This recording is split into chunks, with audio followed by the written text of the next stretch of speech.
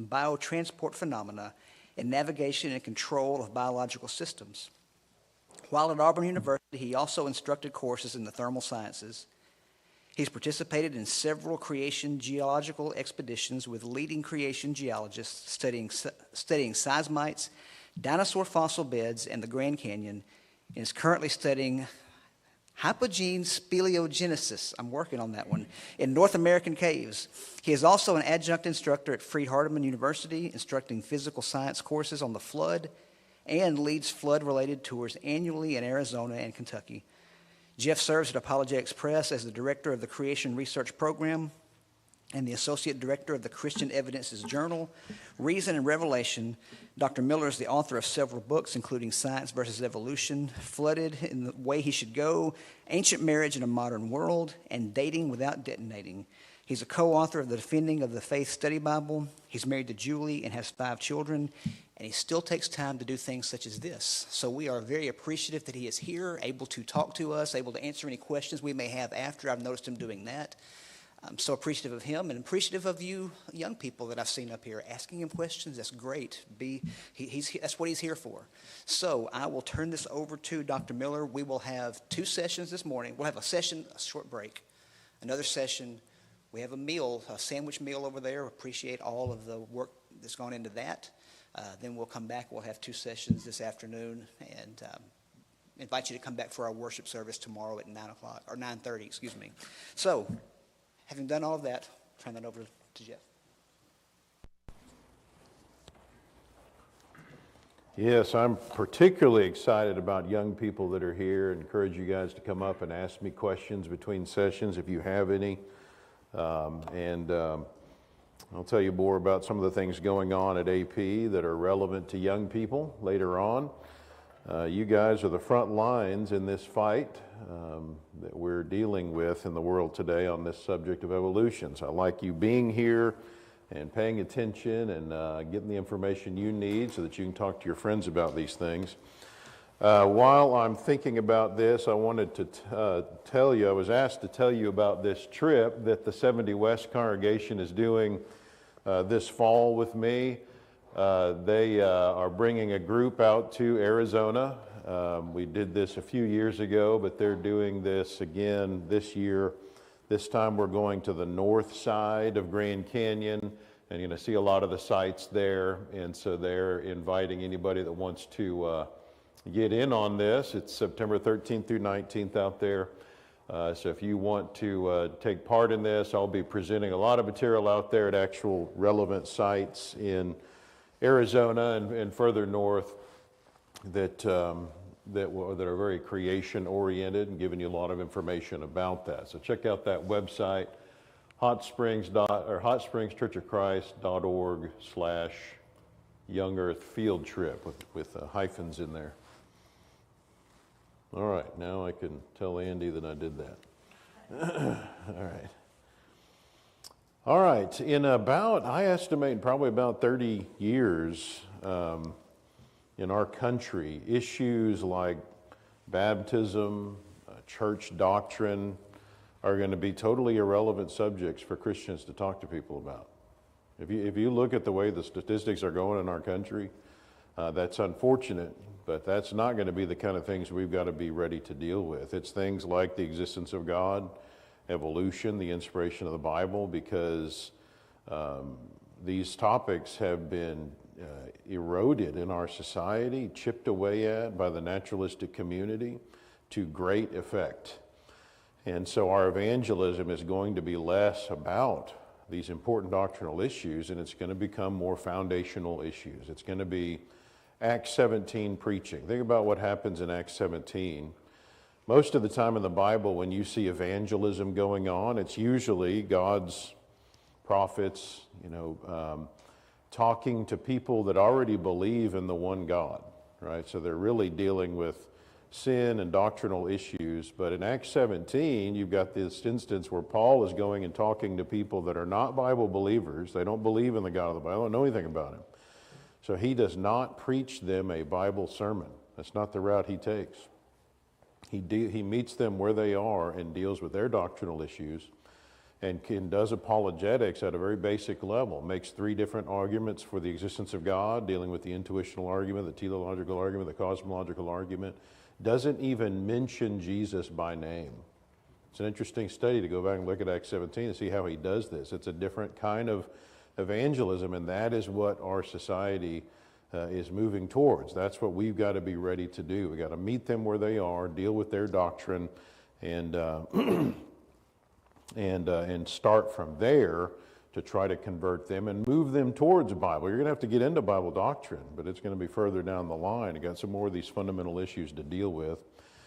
So I appreciate that your leadership sees the importance of dealing with this subject. This is where our society is now. We need to be ready to meet them and talk about these things. So also appreciate that last night was a lot of information.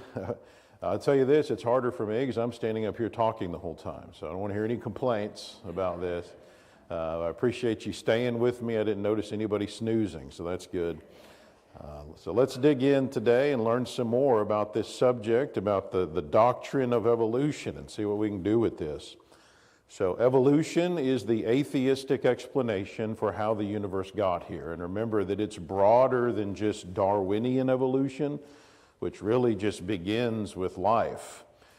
Cosmic evolution is a broader topic that deals with the whole origin of the universe and the stars, the cosmos, everything in it from a naturalistic perspective. Remember, naturalists are people that only believe in natural things, no supernatural. And I made the point last night, there's really no such thing as that.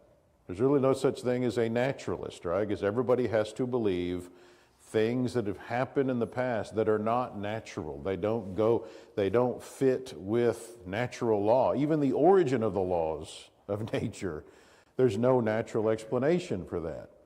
And so the naturalist can't have a natural explanation for many things. So they're not really naturalists. But if evolution then can be shown to be unreasonable, not possible based on the evidence, then obviously some form of theism, supernaturalism, stands as the only logical possibility for the origin of the universe. And so we've been using the laws of science to study this subject, because if anything can be said to be scientific, it would be the laws of science. And so we're looking at what they would imply about the subject of origins. And what we find is there are several gaping chasms in the naturalistic explanation for the origin and evolution of the universe, for life, for the origin of man. These are significant questions that can't just be ignored or brushed under the, swept under the carpet, which is essentially what's been happening in our country. These issues are not highlighted to young people in their classes and so forth, but these are issues that have to be answered before any naturalistic explanation can be considered a legitimate possibility. So we're looking at the Big Bang, and today we're going to start looking at, we looked at that more last night, today we're going to start in on Darwinian evolution to see what it has to say. And so we looked at last night the laws of science and their mere origin. We looked at the question of matter and energy, how they come into existence, and the Big Bang itself, and dismantled that idea, showed many of the problems with that theory. And this slide gives you a summary of essentially what we found after looking at three laws of science. Remember, I talked about the idea of super laws. These are, major laws that other laws are based on. These are so fundamental to what science is all about, and they do not have any exceptions, remember, these laws. So in this session, we want to look at another three areas of scientific laws to see what they have to say about this matter of origin. So remember, the laws of science are rational. They have been discovered based on a significant amount of experimentation and gathering of evidence that all points to this same conclusion. And again, if anything can be said to be scientific, it would be these laws of science. And ultimately, these laws present major unresolvable issues if you're a naturalist. The biblical creation model, on the other hand, is in perfect harmony with these laws, and in fact even predicts their effects, because you see them In other words, in the Bible. You see these laws there, interestingly. Now, it's true, nobody has ever directly observed God. Nobody can do empirical science directly on God. Nobody was here to witness the origin of the universe or life, to witness whether it was God that did that created these things, or whether it was a Big Bang. Nobody witnessed either one. Nobody was alive to see if a global flood happened, other than Noah and his family, but nobody today. No one has been alive long enough to directly witness whether or not Darwinian evolution happened. Right? The naturalists can't claim that that's something they've been able to directly observe. But you can arrive at answers by examining evidence, the aftermath of different things, and see if you have enough evidence to point to a conclusion, even if you cannot directly witness these things from the past. We talked about forensic science and how this can be used for legal purposes to help gather information that helps us to draw appropriate conclusions about what happened in the past. And similarly, studying our natural surroundings can reveal to us a lot of information about where the universe came from and how we arrived here. And the question we have to ask is, which model fits the evidence? Is there a model that is demanded by the available evidence? Is it creation? Is it evolution? And we're specifically looking at evolution to see if it harmonizes with the evidence. All right, so let's look at another area of science. Probability is intimately intertwined with science. Scientists constantly study causes and effects, trying to determine all the factors that go into producing a certain effect, knowing that we can't account for all of the factors.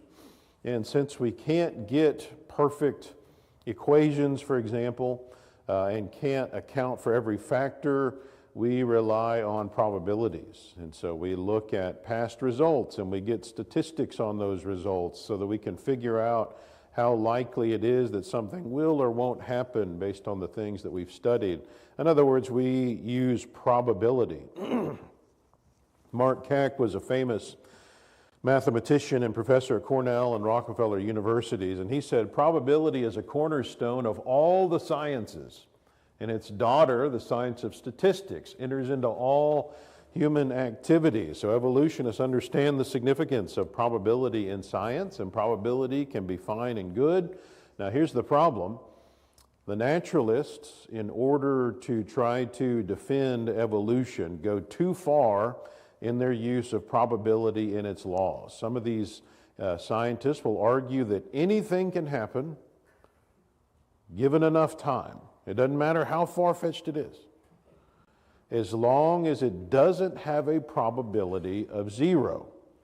And they say, well, evolution doesn't have a probability of zero, so as long as it has enough time to do its work, it's going to happen.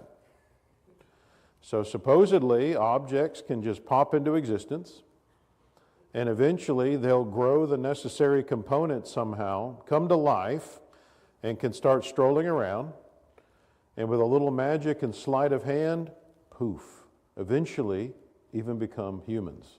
As long as those things don't have a probability of zero, and as long as you have enough time for them to happen. Am I just making that up? Evolutionists have long cited the principles of probability to try to find grounds to support naturalistic evolution. As far back as 1954, Nobel laureate George Wald, who is a Harvard guy, writing in Scientific American concerning abiogenesis. Abiogenesis is the idea that life can come from non-life. He said, however improbable we regard this event, life coming from non-life, or any of the steps it involves, given enough time, it will almost certainly happen at least once. And for life as we know it, once may be enough. Time is the hero of the plot. Given so much time, the impossible becomes possible. The possible becomes probable, and the probable becomes virtually certain. One has only to wait. Time itself performs miracles. Right? Well, there's at least 4 problems with this statement, which I go into more in depth in my book, Science versus Evolution. Which, by the way, I have several copies of Science versus Evolution here. It basically covers a lot of the material from these first 4 sessions in the first half of the book. The second half of the book are appendices that deal with every response to this material that I've ever seen. What about quantum mechanics, and what about symbiogenesis and the multiverse and all that? It's all stuff that I don't have time to talk about this weekend, but it's dealt with in the second half of that book. But I have a section in there devoted to probability and talk about the issues with this idea. But let's look at 3 of the problems with this briefly this morning. First of all, even if we were to concede that having an exorbitant amount of time could somehow allow life to come from non-life, you still got a problem because we're actually not given that much time for this to have happened. Few people are unaware that there's at least 70 different scientific dating methods based on standard evolutionary assumptions that all indicate the Earth cannot be that old. And yet you don't hear about those because they don't support the naturalistic agenda. They need time, and so they just disregard these issues. I talk about a lot of these in articles on our website. Another problem comes with this idea that evolution is inevitable given enough time. Comes from the work of an evolutionist named Emile Borel. This is a renowned French mathematician. The Borel lunar crater is named after this guy. So, big mathematician. And in 3 books, he discusses in depth what is known as the single law of chance, which says that events whose probability is extremely small never occur. At least he says, quote, "We must act in all circumstances as if they were impossible." That's how you should treat them. The law, he said, applies to the sort of event which, though its impossibility may not be rationally demonstrable, you may not be able to demonstrate that it really is impossible, it is, however, so unlikely that no sensible person will hesitate to declare it actually impossible. If someone affirmed having observed such an event, we would be sure that he is deceiving us or has himself been the victim of a fraud. So in other words, there's some events that you can't directly prove that they're impossible, but if you're sensible people will still recognize, okay, this isn't possible. So a person might be able to actually calculate the probability of something crazy happening. But we know that that wouldn't make it really possible because we have common sense. We have intuition, and intuitively we human beings know there's some things that won't happen, and we appropriately treat them as such. We disregard their possibilities without even giving it a second thought. So Borel tried to put a number on this kind of a probability.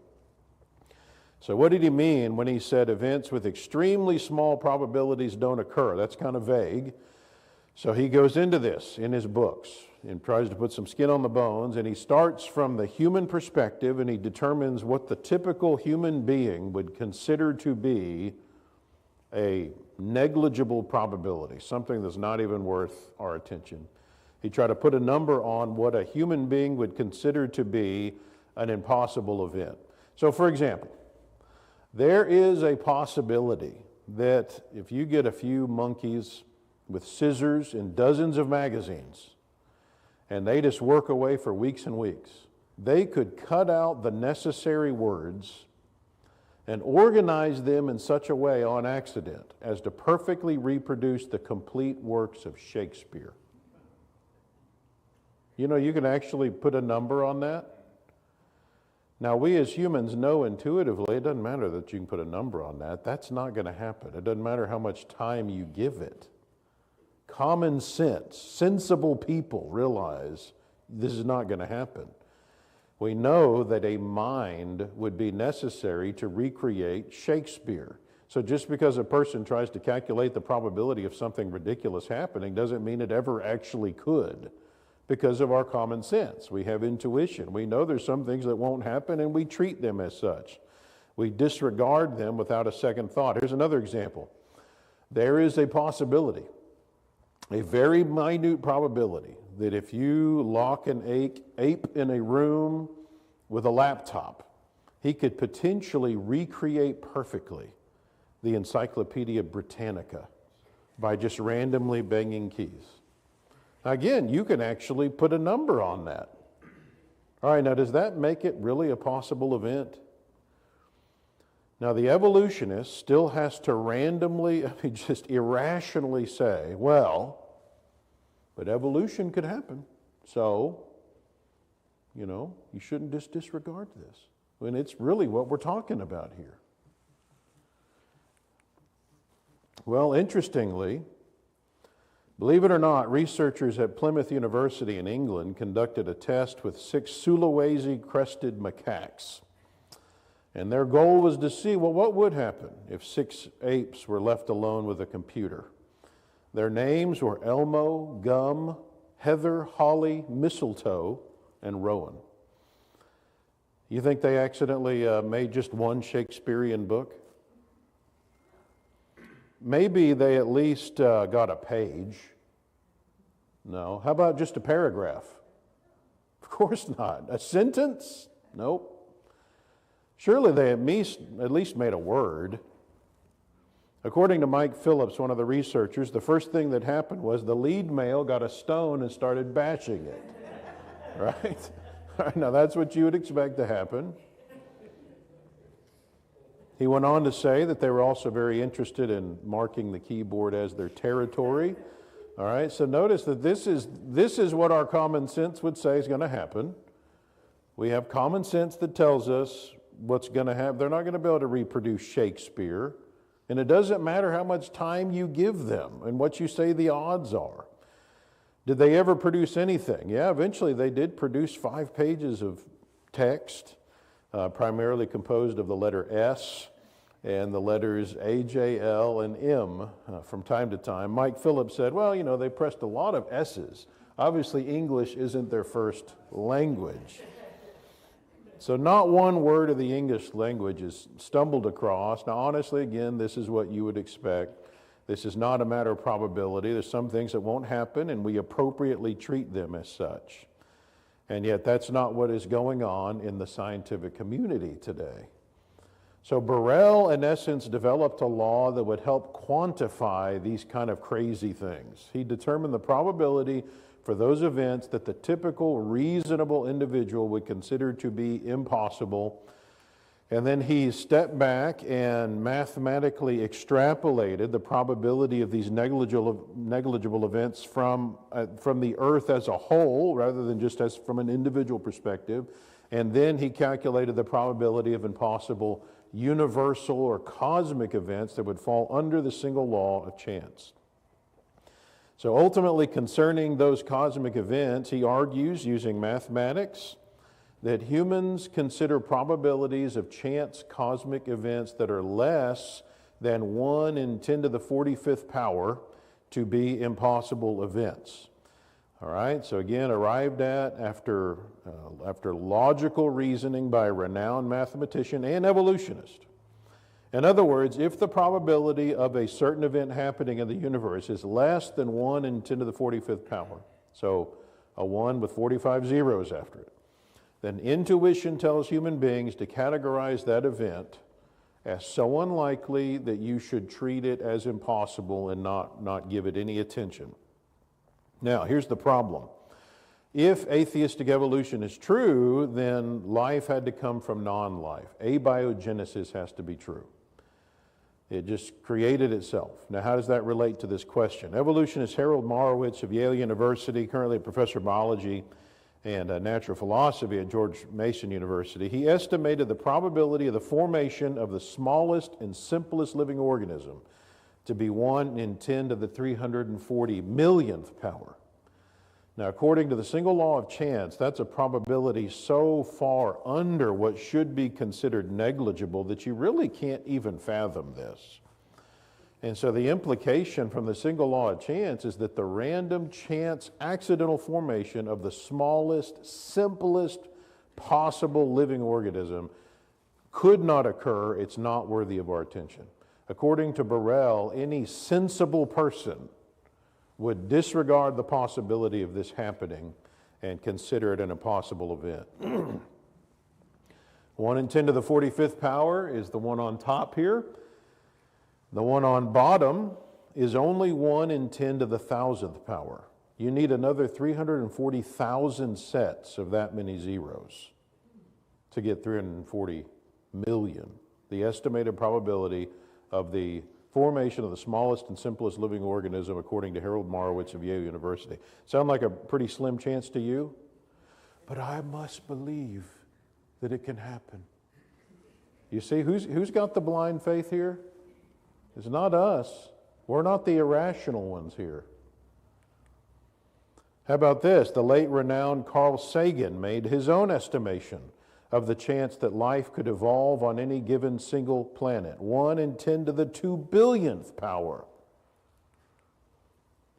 That's 2 million sets of that many zeros on the screen. And keep in mind, these calculations were made before the more recent research where we realized even more how complex life really is. And these, again, estimations for the formation of life made by leading evolutionists themselves, they're so far beyond the limit that Burrell stated that it's really not funny. It's really shocking because the creation model is scoffed at by these guys as though it's irrational and a bunch of hillbillies that believe in that or something.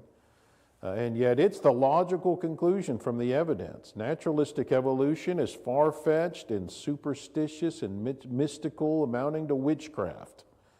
Common sense, intuition, reason, mathematics all point to the conclusion that naturalistic evolution is not possible, even granting their own assumptions. The distinguished atheistic British astronomer Sir Frederick Hoyle, this is the guy that actually coined the term Big Bang. He said this about evolution. The chance that higher forms have emerged in this way is comparable with the chance that a tornado sweeping through a junkyard might assemble a Boeing 747 from the materials therein. Notice what he says here. Follow this quote. This is interesting. At all events, anyone with even a nodding acquaintance with the Rubik Cube will concede the near impossibility of a solution being obtained by a blind person moving the cubic faces at random. Okay, so you get a Rubik's Cube, a blind person, and they're just randomly, how likely is it they're going to solve that? All right, now, he says, imagine 10 to the 50th power blind persons, each with a scrambled Rubik Cube, and try to conceive of the chance of them all simultaneously arriving at the solved form. Is this where you want to put your blind faith? This is what the evolutionary community has done. All right, he goes on. Okay, you then have the chance of arriving by random shuffling of just one of the many biopolymers on which life depends. The notion that not only biopolymers, but the operating program of a living cell, don't forget this is not just life coming from non-life, the cell has to have an operating program to tell it what to do.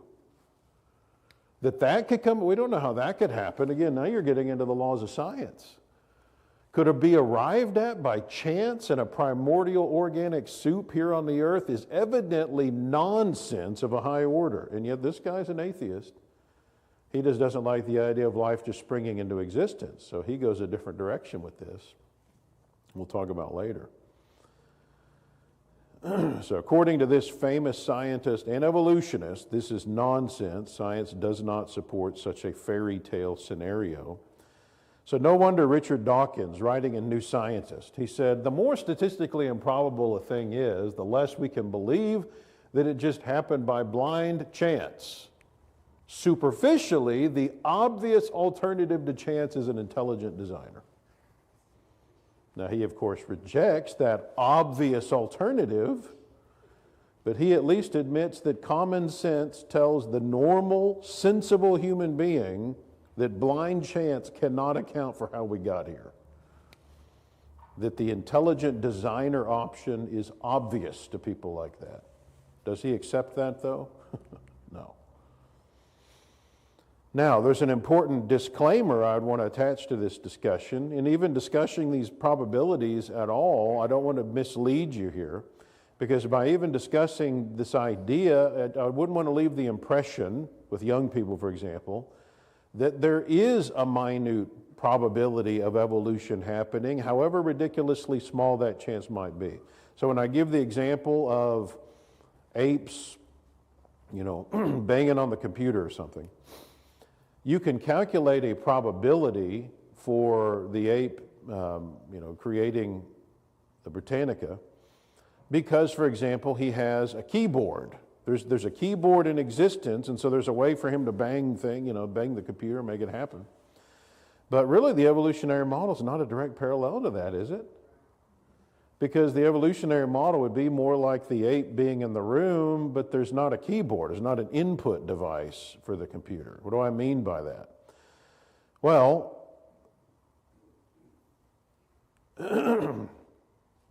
there's no scientific evidence to support the belief that something physical could last forever, second law of thermodynamics, that something could come from nothing, first law of thermodynamics, that life could begin from non-life, law of biogenesis, we'll look at that in a minute, that one kind can give rise to other kinds of life, the laws of genetics, that scientific laws could just create themselves, and there's dozens of other examples that could be given, all of which must be true in order for naturalistic evolution to be valid.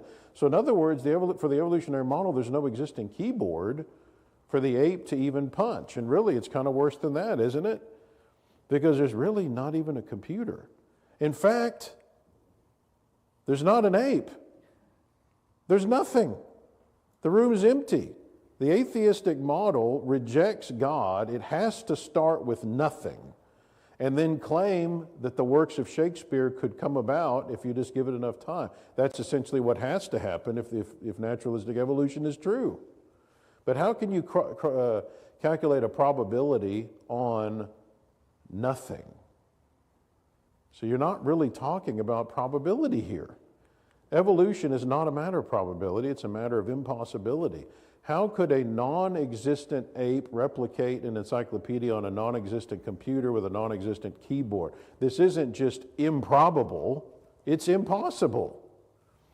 How could evolution start with nothing, as well as no means of getting anything, and still end up with everything? It's not like we've got a little bit of evidence to suggest that can happen. Okay, that would at least get us moving in this direction over here. That's not what the naturalist has. Instead of any supporting evidence, the naturalistic evolutionist starts with a lot of evidence to the contrary. So not only is there no evidence that can be used to support the idea that life can come from non-life, there's a lot of evidence that says that can't happen. And since there's zero evidence that such a thing could occur, then according to the evidence, there's a zero probability of it occurring. And that brings us to the third problem, with the idea that evolution is inevitable given enough time. It comes from this probabilistic rule that we call Kolmogorov's first axiom. And so according to this rule, when the probability of an event is zero, then it's defined as an impossible event. Now, all probabilities do is try to find trends that have been observed to occur in the past by observing different things in the natural order. Okay, so if there's an event that has never been shown to be able to occur in nature, like the spontaneous generation of matter or life or laws, then those events stand as having a zero probability. You can't just wave your hands and assign a probability to something that science has repeatedly shown can't occur. So it's not like the spontaneous generation of life has been shown to be able to occur in a laboratory one time in 3 million tries. Okay, now it's got a probability. But that's not what science has shown. There is no evidence to support a probability of anything other than zero for several naturalistic events. And since several events that are necessary for naturalistic evolution to be true have a probability of zero, then according to the laws of probability, these atheistic theories are impossible. So even if time could actually help, which it can't, the time that they need is not available. The single law of chance prohibits several evolutionary events, and Kolmogorow's first axiom tells us these evolutionary events are actually defined as impossible events. So probability does not support naturalistic evolution. Once again, the creation model doesn't have a problem with this evidence. It doesn't require you to make these causeless leaps from nothing to everything, from non-life to life. That's silliness. And since a naturalistic explanation is not in harmony with the statistical evidence, then a supernatural explanation is warranted by the evidence, a contention in harmony with the creation model. If the God of the Bible exists, then there's a 100% probability that he created the universe and life. There's no probabilistic rule violated. All right, another area of science. What about the well-known, highly respected law of biogenesis? This is a law that describes how life works, where life comes from in nature. In order for naturalistic evolution to be possible, the atheistic evolutionists must have an explanation for the origin of life without the need of a creator. So ultimately, in the evolutionary model, life had to spring into existence from non-living substances. Now, for millennia, up to a few hundred years ago, it was a common belief that life could, in fact, spring into existence from non-life, just pop into existence on its own, a belief known as spontaneous generation of life, or abiogenesis. And then in the 1600s, Italian scientist Francesco Redi conducted scientific tests that cast serious doubt on the idea of spontaneous generation. Some were skeptical of his experiments and still thought maybe abiogenesis could occur. So Lazzaro Spallanzani conducted his own test to investigate the criticisms of the skeptics, and he further substantiated the fact that abiogenesis does not occur, rather life only comes from other life.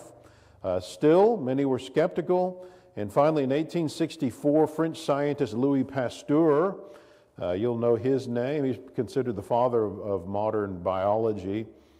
When milk is pasteurized, it's named after him, right?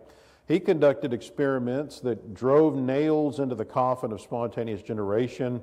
One high school biology textbook that's evolution-based, mind you, says it wasn't until 1864 in the elegant experiment of French scientist Louis Pasteur that the hypothesis of spontaneous generation was finally disproved. Pasteur, like Redi and Spallanzani before him, had shown that life comes only from life. All right, now notice, people used to believe in the standard superstitious idea that life sprang into existence, and textbooks have long championed the work of Pasteur because he came in and did solid science to disprove this old superstitious, ridiculous idea, and yet what do we have now? We've come full circle. Now it's not so superstitious and ridiculous what people of antiquity used to think about this. It's considered a legitimate possibility. Life comes only from life. Even the evolutionists concede this truth, granted begrudgingly. So the fact that life comes only from life is what is known as the law of biogenesis. So with this knowledge, the best that the naturalist can do is try to prove, abiogenesis. There must be circumstances that can make this possible. In spite of all the evidence against it, we know it's got to be possible because we're here, after all, and we know God didn't create us. So there's a field of science devoted to trying to figure out how to do this. People getting PhDs in this, okay? Even though it's never been shown to be able to happen. All of this scientific experimentation and gathered data, Redi, Spallanzani, Pasteur, scientists never having observed any exception to the rule, and yet they refuse to accept the conclusion that is demanded by the evidence, meaning they're being irrational. They pour endless hours and mounds of money into trying to get around the truth of this. Just ignore the God option, because after all, if you believe in that, then you're some kind of blind faith hillbilly.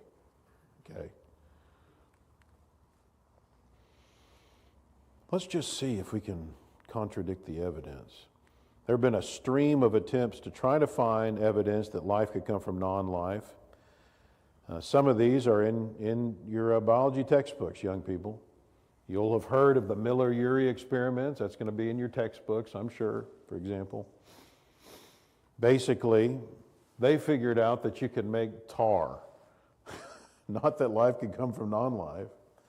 And the work that they did has now been shown to be totally irrelevant to the question of the origin of life, even from a naturalistic perspective. And yet I can guarantee you it's probably still in your textbooks.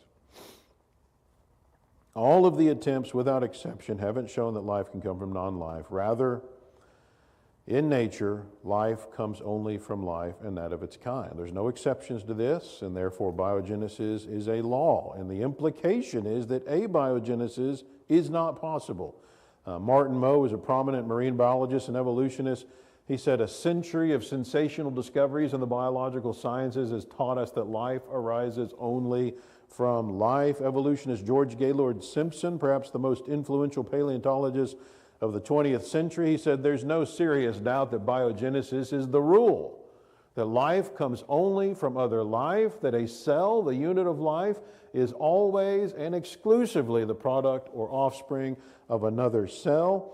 In the biology textbook, Biology, A Search for Order in Complexity, Moore and Slusher wrote, "Historically, the point of view that life comes only from life has been so well established through the facts revealed by experiment that it is called the law of biogenesis." So what does the scientific evidence indicate about the origin of life?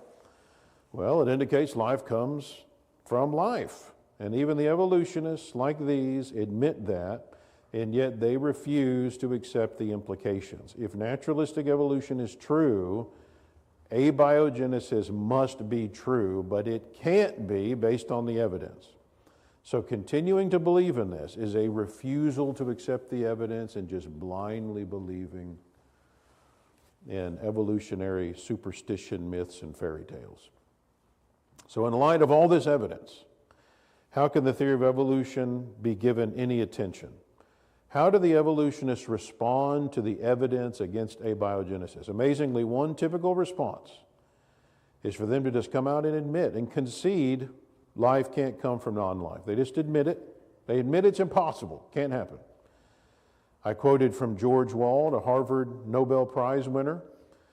Notice what he said about this. "One has only to contemplate the magnitude of this task to concede that the spontaneous generation of a living organism is impossible. Yet here we are. As a result, I believe of spontaneous generation. It's impossible, but I'm not going to believe in God. So abiogenesis must have happened. I feel it. I feel the tinglies in my soul over this." It's common for evolution-based biology textbooks to just come out and admit this. It's impossible. Notice what this textbook said. After talking about Pasteur's work, the hypothesis of spontaneous generation was finally disproved. They then proceed, literally on the next page, to promote evolution and the origin of life from non-life. Every biology textbook I'd seen from the last several decades showed the work of Pasteur and how he disproved abiogenesis. And finally, in the 2010 edition of this textbook, they pulled out that section of Pasteur's work. So I contacted the authors. I said, "Why'd you pull that out?" And I think it was Levine that wrote back. He said, "Well, that was Miller's section, so I don't know why he pulled it out. But he said, there's just so much to, we can't put everything in there, so we needed to make some room." Can I suggest to you the reason that they pulled that out is because they realize how ridiculous that is to talk about spontaneous generation can't happen and then go on to promote the idea of naturalistic evolution? And so it was standing as a roadblock to getting young people to accept this mumbo jumbo. And so by pulling out the work of Pasteur and discussing the law of biogenesis, it would allow people to accept naturalistic evolution, which helps explain why now, really ever since probably 2010, the number of naturalists in our country has gone up to about 25%. Right? It's like doubled in that amount of time. Sir Frederick Hoyle, that I quoted from earlier, and his colleague Chandra Wickramasinghe, professor of astronomy and applied mathematics at the University College in Wales, they said the probability of life originating at random is so utterly minuscule as to make the random concept absurd. Okay, yeah, this is the dominant belief today. Evolutionist J.D. Bernal, probably one of the leading scientists among X-ray crystallographers of the 20th century, he said, "It is possible to demonstrate effectively how life could not have arisen. You can actually demonstrate this in a laboratory. The improbabilities are too great, the chances of the emergence of life too small. Regrettably, from this point of view, life is here on earth, and the arguments have to be bent around to support its existence." Are they letting the evidence drive them to a logical conclusion? No, they're not being rational. Remember, I made the point last night, this is not about evidence. This debate is not about what the evidence says. They don't want God. That's what it comes down to, and that's what it's always been about, back to the beginning. People don't want God for some reason, right? They've got their reasons for why they don't want to accept Him. And that's what's going on with this evolutionary question. No wonder the McGraw-Hill Dictionary of Scientific and Technical Terms actually defines abiogenesis as the obsolete concept that plant and animal life arise from non-living organic matter. It's obsolete, it's been disproved, and yet the bulk of them still believe it. Now wait a minute, if abiogenesis isn't possible and if such a belief is considered obsolete, then how could evolution still be considered credible by so many people? How does life get here without it? So when they're pressed for an answer to that question, many evolutionists literally throw up their hands and admit, we don't know, we don't have a clue. The late evolutionist John Maddox, writing in Nature, he said, "It's disappointing that the origin of the genetic code is still as obscure as the origin of life itself." So in other words, not only do you have to get life, don't forget, this is a big enough problem, getting life from non-life. But what about the genetic code within this life? The blueprint for it, how do you get that? All right, this is complicated stuff here. Evolutionary geologist Robert Hazen of Harvard, notice the source of this quote. This is a lecture series that he was doing on the origins of life. All right, you want to know about the origins of life? All right, go sit at his feet, young people, and learn about the origin of life. Here's what he says. Right at the beginning of the lecture series, the origin of life is a subject of immense complexity, and I have to tell you right up front, we don't know how life began. How can I tell you about the origin of life when we're so woefully ignorant of that history? All right, good question. That's when you stand up and walk out of that classroom. Because he's about to just give you a bunch of theoretical, hypothetical conjecture from a naturalistic perspective. Okay, we don't know how this can happen, but we think that maybe electricity shocked a soup and, kind of like Frankenstein's monster. It just kind of stood up and crawled out of the ooze. Any evidence for that? Well, no. Just take our word for it.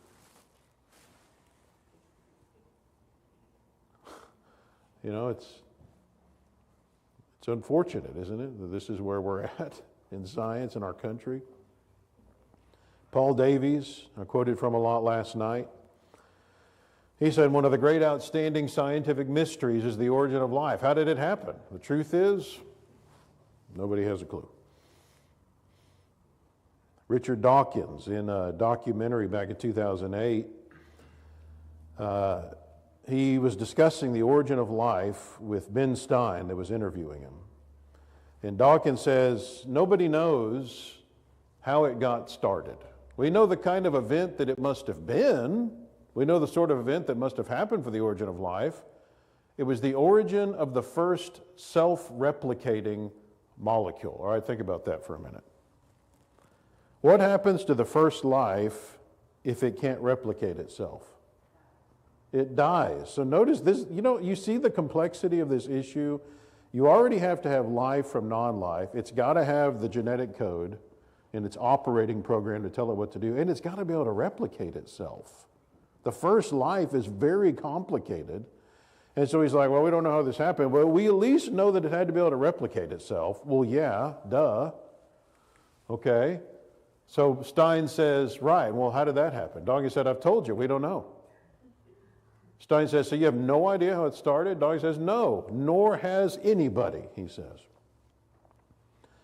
Well, of course you don't know how it could happen because all the evidence says that it can't happen. Scientifically, if you stick with the evidence. But he claims, not only does he have no idea, but according to him, nobody does. He's talking about his evolutionary colleagues. This extremely prominent evolutionist, probably the most well-known of evolutionary biologists, he admits they don't know how this could happen. They've got nothing. Do they still believe it could happen, though? Who's got the blind faith? Who's being irrational here? It's not us. Well, they're not being able to create life in a lab. Nobody has a clue how you could do this. To all intents and purposes, it's impossible. So what are they left with? One relatively recent response is for them to just dodge the question. Don't even face it. They just say, well, the origin of life is irrelevant to evolution. Because, the theory of evolution really just begins with life already in existence. And then it just shows us how it evolves. So we don't have to worry about, how it originally came about. We'll just tell you what happened after that, right? As though the two can be separated, right? And I talk about this in depth in my book, but briefly, just reason through this. First of all, this dodge only potentially helps you if you're a theistic evolutionist and you believe that God jumped in and kick-started life where evolution could happen. But if you're a naturalist, you can't do that. You've got to still get the life from non-life if you believe in naturalistic evolution, which is what the bulk of these guys believe in. If you're a theistic evolutionist, if you believe in God, then why would you kick him out of the science classroom, which is what the bulk of the evolutionary community has done? So in truth, it's the naturalist that's trying to kick God out of the classroom. The theory of evolution is their theory, and so you can't ignore this issue. The two go together. Evolution was designed to be the alternative to the creation idea. That's what Darwin was doing with this. So if naturalism is correct, abiogenesis is part of this whole evolutionary process. You can't dodge this. That is why historically abiogenesis has been understood by the evolutionists to be a fundamental assumption of their entire theory. Years ago, for example, Gerald A. Kirkut, who was a British zoologist and physiologist at Cambridge, he listed 7 assumptions of evolution that are not provable, okay, but they assume to be true because of evolution. And the first one on the list, he said, the first assumption is that non-living things gave rise to living material. That is, spontaneous generation occurred. He said this is just an assumption of evolution, a fundamental assumption, one of the 7. So abiogenesis has always been an assumed component of evolution in spite of the evidence against it. The problem can't be dodged. The evidence doesn't support naturalistic evolution. It's not scientific. So what are they left with? How do you get life on earth without God? Directed panspermia. If you give it a fancy name like that where nobody knows what it means, and they're like, oh, well, it must be true then.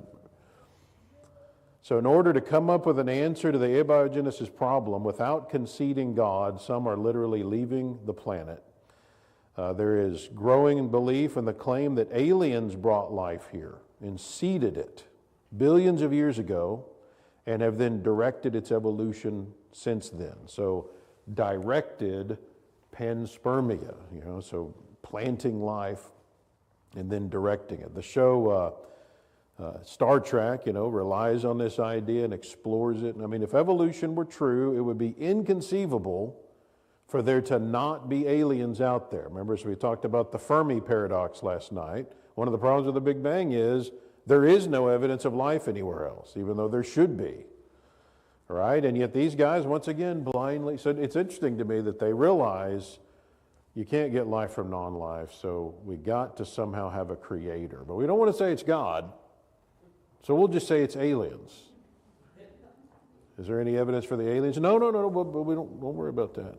Don't worry about that. Just trust us on this. It's aliens. Aliens did it.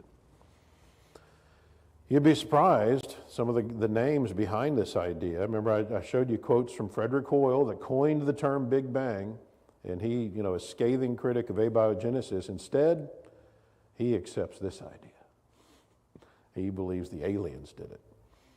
Nobel laureate Sir Francis Crick, who was one of the co-discoverers of the DNA molecule, like the shape of it. Richard Dawkins. Naturalists will do anything to avoid the idea of God. There's absolutely no evidence for extraterrestrial life. It is a blind faith to believe in that. Pure speculation and wishful thinking for the atheist to try to solve the abiogenesis problem by resorting to aliens. That's why, for example, astrophysicist and astronomy journalist Stuart Clark said that concerning the alien seeding theory, its probability is so remote it should be left aside, and yet, of course, they still buy into the idea because they don't have any options left. Consider what Dawkins said to Ben Stein in that documentary, Expelled. He's talked about the possibility of intelligent design. He says, it could be that at some earlier time, somewhere in the universe, a civilization evolved by probably some kind of Darwinian means to a very, very high level of technology and designed a form of life that they seeded onto perhaps this planet. Now, and I wish I could talk with an English accent, that would make this way cooler. Now, that is a possibility and an intriguing possibility, and I suppose it's possible that you might find evidence for that. If you look at the details of our chemistry, molecular biology, you might find a signature of some kind of designer. And that designer could well be a higher intelligence from elsewhere in the universe. All right, now wait a minute. So you're conceding that maybe there is evidence of design in our bodies? You notice that? One of the foremost atheists is admitting we're right about the teleological argument for the existence of God, that there actually is design, which implies a designer, logically. Dawkins actually concedes the possibility of God by making that statement. Now, granted, he then flat out rejects that the designer is God, and instead he accepts aliens. Okay? There's no evidence for aliens. There is evidence for the God of the Bible because the Bible has supernatural characteristics. So this illustrates what's really going on. This is not about being rational and following the evidence to a logical conclusion. Now notice what Dawkins says about these aliens. That higher intelligence would itself had to have come about by some ultimately explicable process. It couldn't have just jumped into existence spontaneously. Okay, so according to Dawkins, the supposed alien creators have been strapped with the laws of nature too. They couldn't have just popped into existence. So he recognizes the law of biogenesis applies to the whole universe. It would still be in effect on their home planet. He admits that the problem for abiogenesis really isn't being solved with the alien seeding idea. He's just pushing the problem off to their planet. Let them deal with it, right? You still got to have an answer. How do you get life from non-life? The alien seeding theory is not giving, even if it's true, it's still not answering the question. How do you get life from non-life? There's no natural way to do that. All right, so let's get this straight. According to evolutionists, the origin of life through spontaneous generation, fundamental to evolution, is impossible. The best they can do is dodge the issue or make up aliens to explain this. And you can't blame them because what else are you left with? A miracle? How ironic it is that many evolutionists use terminology like that to describe the origin of life.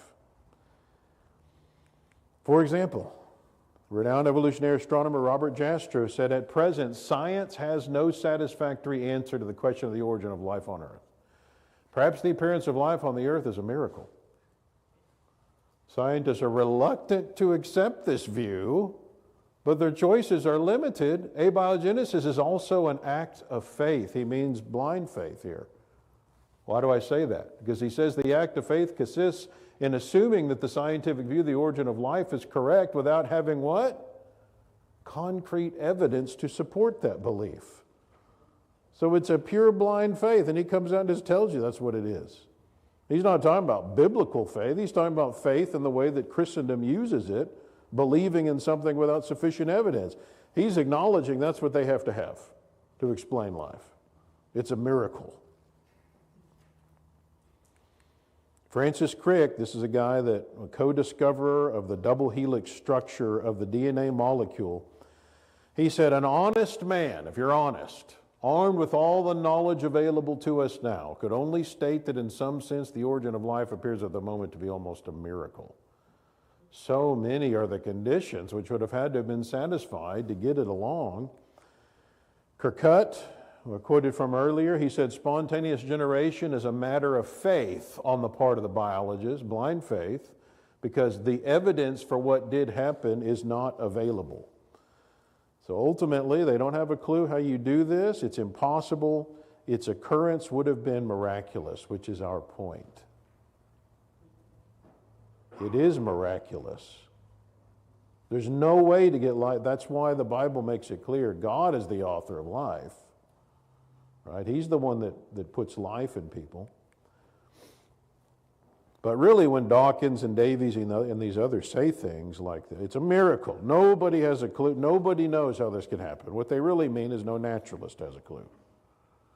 Biblical supernaturalists, we know exactly how life originated, and that belief is perfectly in harmony with the law of biogenesis. Logically thinking through this, if the evidence indicates that in nature life only ever comes from other life, then the explanation can't be in nature. Logically, there's got to be something outside of nature that initiated this whole thing. That's the only option that would be in harmony with the evidence, and the biblical model, of course, says that's exactly what happened. How did living beings come to be? Well, a supernatural God brought it into existence. God created living creatures. Life didn't spring into existence from nothing. He breathed life into man when he created him. It's God who gives to all life, breath, and all things, Acts 17:25. He gives life to all things, 1 Timothy 6:13. So the creation model is the logical, scientific choice. The naturalistic evolutionary model is unscientific, it's irrational, it's a blind faith.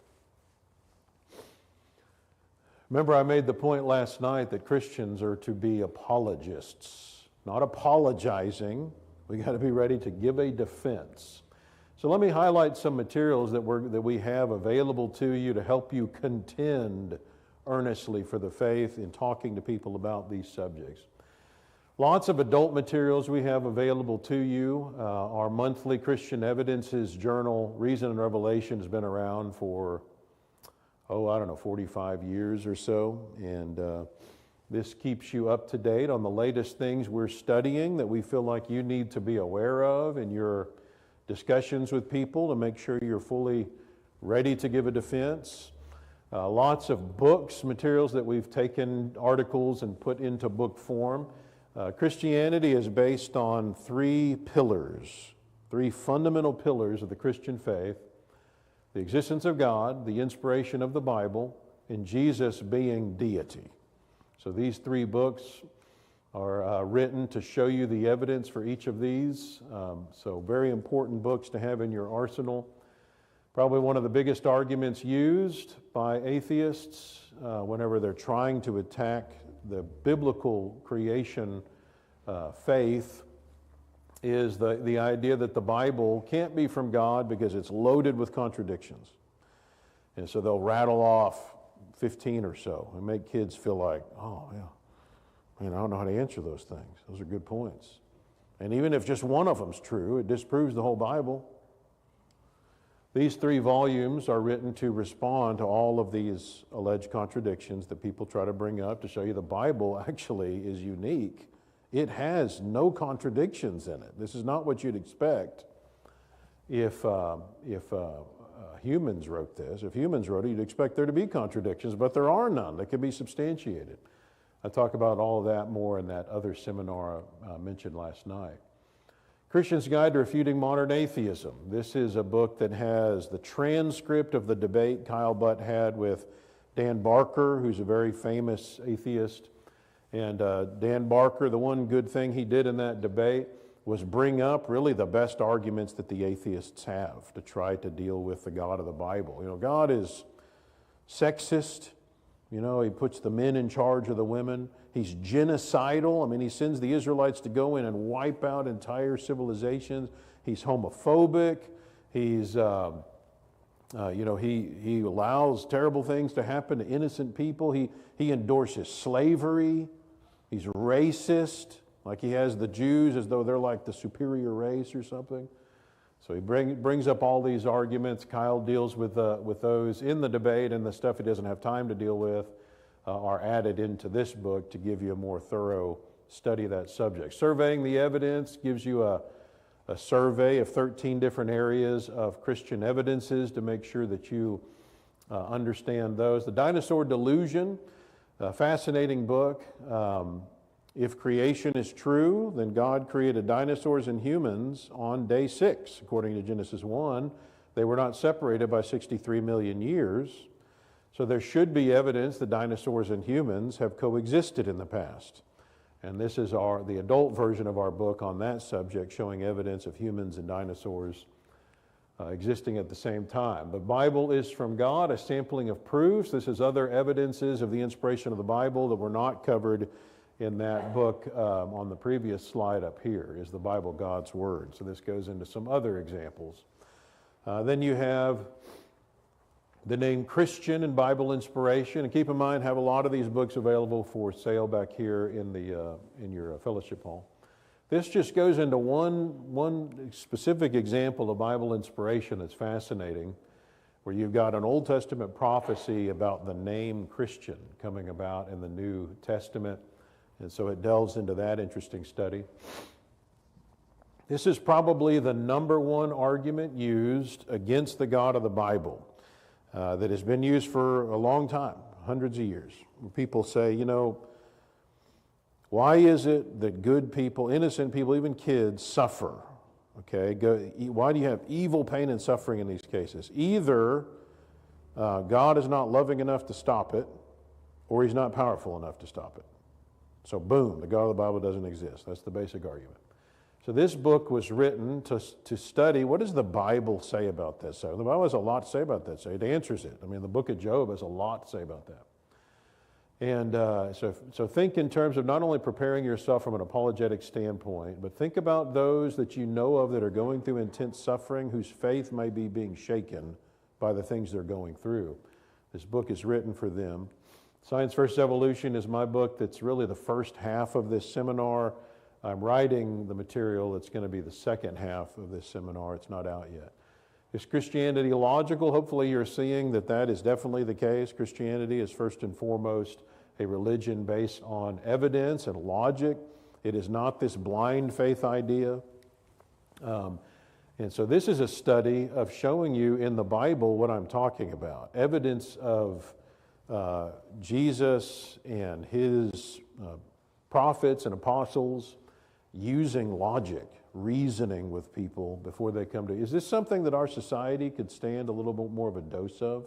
Logic? How to reason, how to draw appropriate conclusions? Well, I don't think there's just males and females. I think there's 100 different genders. And I don't really think I'm human. I think I'm a cat. Okay, well, you need to understand how we arrive at conclusions. How do you take evidence and arrive at reasonable conclusions? Test all things, hold fast what is good. Christianity is a religion based on evidence and logic, and this is proven easily in the Bible individuals. Behemoth and Leviathan, these fascinating creatures in the book of Job, an examination of these creatures and what they may have been.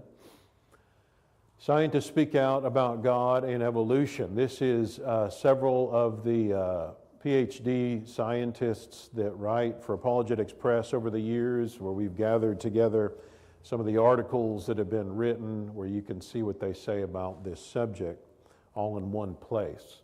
We got tons of tracts, and some of these are a little thicker. We call them fat tracts. And They go into a lot of these very fundamental issues, and you're thinking about tracts and leaving these around society. You go to restaurants and hotels and doctors' offices.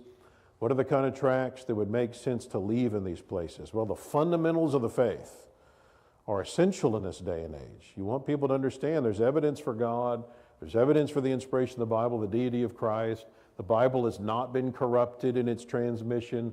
So I have this line of tracts that I recommend to you that are helping people have reasons to believe, and other ones besides these four as well. But these on the pillars of faith, the tract we have on the inspiration of the Bible, deity of Christ, and the existence of God, as well as a discussion of how to become a Christian. They're pulled together and put in this little booklet, Reasons to Believe. This is a great booklet to have for evangelism purposes, to hand to people, that has the pillars of faith and how to become a Christian all together in one. But we do have other tract series. The Dismantling Evolution tract series has a lot of my articles, like the stuff that we're going over this weekend. We also have a Creation and Science tract series, which is showing more of the evidence for creation, and then other subjects too, was the flood, global, and many others. We got lots of apologetics books that are dealing more with the culture war, not as much the science side of things. How do you deal with environmentalism? What about abortion, homosexuality, these type of issues? The Quran and Islam, which is growing rapidly in our country. Is this something you're ready to deal with? The illegal immigration issue. This is a series that my dad has done on the founding fathers of our country and the way that they set up our country to be very much a Christian in its thinking, biblical in its thinking. This is a fascinating book that I recommend for every young person that's about to go off into college to get their mind shored up on what God would have to say about governmental issues. Imagine you had an opportunity to set up your own country. What would that look like? You find some deserted island, nobody knows it exists, and you go and claim it as your own, and you're going to start a government there. And you're thinking, okay, well, what am I going to do here? Well, I want it to be the way that God would want it to be. Has God weighed in on this? Like, how would God set up a government if God was going to do that? Well, he did do that. That's what the old law code was. It was God's thinking on setting up a civil government. If you strip it of its more religious components, you're left with a lot of information on how to deal with punishment, how to deal with immigration, how to deal with taxation, all kinds of stuff is dealt with there. This book is designed to show you the biblical portrait of what government should look like. And the fascinating thing is you find out that's what the founders of our country were clearly trying to do.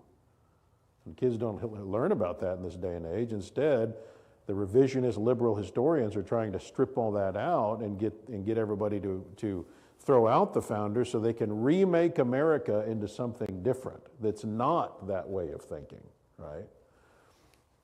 But ultimately, God has a lot to say about this government stuff. He's weighed in on all this. My dad and I co-authored a book on this delicate issue of homosexuality, which has taken center stage in our country. It was probably 20 years ago that the number of people in our country approving of the homosexual lifestyle climbed above 50%.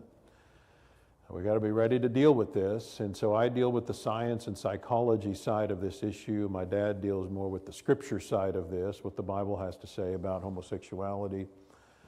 We need to be ready to talk to people that are struggling with this. Most of us have somebody in our family, if not our immediate family, our further surrounding family that are dealing with this issue. And if we love people, we need to be ready to talk to them about this issue. There's also lots of materials that my dad and I have put out that are that we didn't do for AP, but other things that are not necessarily as apologetics oriented, and we publish those under this KSP, King Solomon Publications brand. Dad did a study on what about all these where people will take quotes of the founding fathers and say, see, these founding fathers are a bunch of atheists and deists. Because look at this quote by John Adams. So he goes and examines, were the founders really a bunch of atheists and deists? And he goes and looks at the actual quotes and shows you what's going on. I did a deep dive study at our congregation in Panama Street. There was something like 36 lessons. I was just going to do a little study on what the Bible says about child rearing, and it ended up turning into this huge studies. I couldn't believe how much I was finding on this. It was so much material. It's turned now into 3 books, and I got a 4th one on the way. I mean, the Bible has an enormous amount of information on this subject that I didn't realize was there. But that's what this is, as well as the subject of marriage and gender roles, what the Bible says about husband and wife in the home, and what their roles involve. And there's quite a bit to that. Again, a lot more than I even realized. This is the 3rd book in the child rearing series, looking at the concept of, one of the reasons God chose Abraham to be the one through whom Christ would come, Genesis 18:19, was that he was concerned not only about his household, his current household, but his household after him. So he was thinking towards his posterity. And so this is exploring that idea. How can we be thinking towards our posterity in what we're doing right now in our homes? Back to some other AP materials. We've got a lot of stuff dealing with apologetics as it relates to Christendom. What does the Bible say about the Baptists, the Lutherans, the Catholics, Jehovah's Witnesses, the Mormons, the Church of Christ? Instrumental music issue. This is a book responding to some sermons that were presented by the preacher at that time, numerically largest Church of Christ in the country, Richland Hills in Texas, and responding to the arguments that he made for instrumental music. So it's a great booklet on dealing with that subject, and really that preacher made the best arguments you could make for instrumental music, including going into the Hebrew and Greek and so forth, and so this book deals with that. Baptism in the Greek made simple, all right? You're thinking, okay, Greek, I don't want this book. But this is made simple. Right? We thought about naming it something like Baptism in the Greek for Dummies or something, because there's a whole line of books like that. But this is showing you how, the English language, we use passages in English to try to show people, look, baptism is essential. The Bible teaches that. It's even more clear when you look at the underlying Greek. There's just no way around the essentiality of baptism. So this is great for talking to people about baptism. They're just not going to be able to deal with the arguments that are made on that. Modern day miracles, a lot of people around us. This was late 1800s, early 1900s that you had a bunch of denominations start springing up that believe in modern day miracles. This is prevalent in certain denominations today, and is becoming, it's creeping into the church in places too, and creeping in again in our society around us within Christendom. What does the Bible say about this subject? Modern day miracles, tongue speaking, Holy Spirit baptism, and so forth. This also is a hot topic, especially anytime anything comes up with Israel. The denominational world around us has views that don't correlate correctly with what the Bible teaches about the end times. But this book looks into what's going on with this Armageddon and the rapture and the Antichrist and premillennialism and all that. What does the Bible teach about all of that? This is a new book from just the last year or so. This is a family devotional book using some of the really neat images that we have developed over the last year that are available as trading cards now. You know about by the way, young people, I meant to tell you, if you're filling out the outline, which I should have told you last night, but you need to start now, okay? Because if you fill out the outline as much as you can, then I'll give you a free pack of these trading cards. And so we got these like 365 trading cards that are just really cool. It's extremely popular at AP. Because kids love, you go and learn about these individuals that as I was proofing these, I was like, man, I don't remember who this is. I had to go dig into the Bible to figure out who some of these characters were. And so it kind of forces you to dig deeper and gives you something visual to think about these people. These are all AI-generated images to create all of these cards. And on the back, it has some neat information about each of these individuals and where you can go study about them. But we've done it as trading cards, where kids can actually try to get all the cards in the series and everything. So it's been an extremely effective way to get kids to learn more about the Bible. So effective that we've got another set of these coming out this year, and we're already proofing the one for next year as well. And we've tried to be very meticulous in how these guys are being portrayed to make sure they're very accurate. Like, for example, we've got a card where Jesus is washing the feet of the apostles right before his crucifixion. And there was a window in the background, and you could see the moon in it.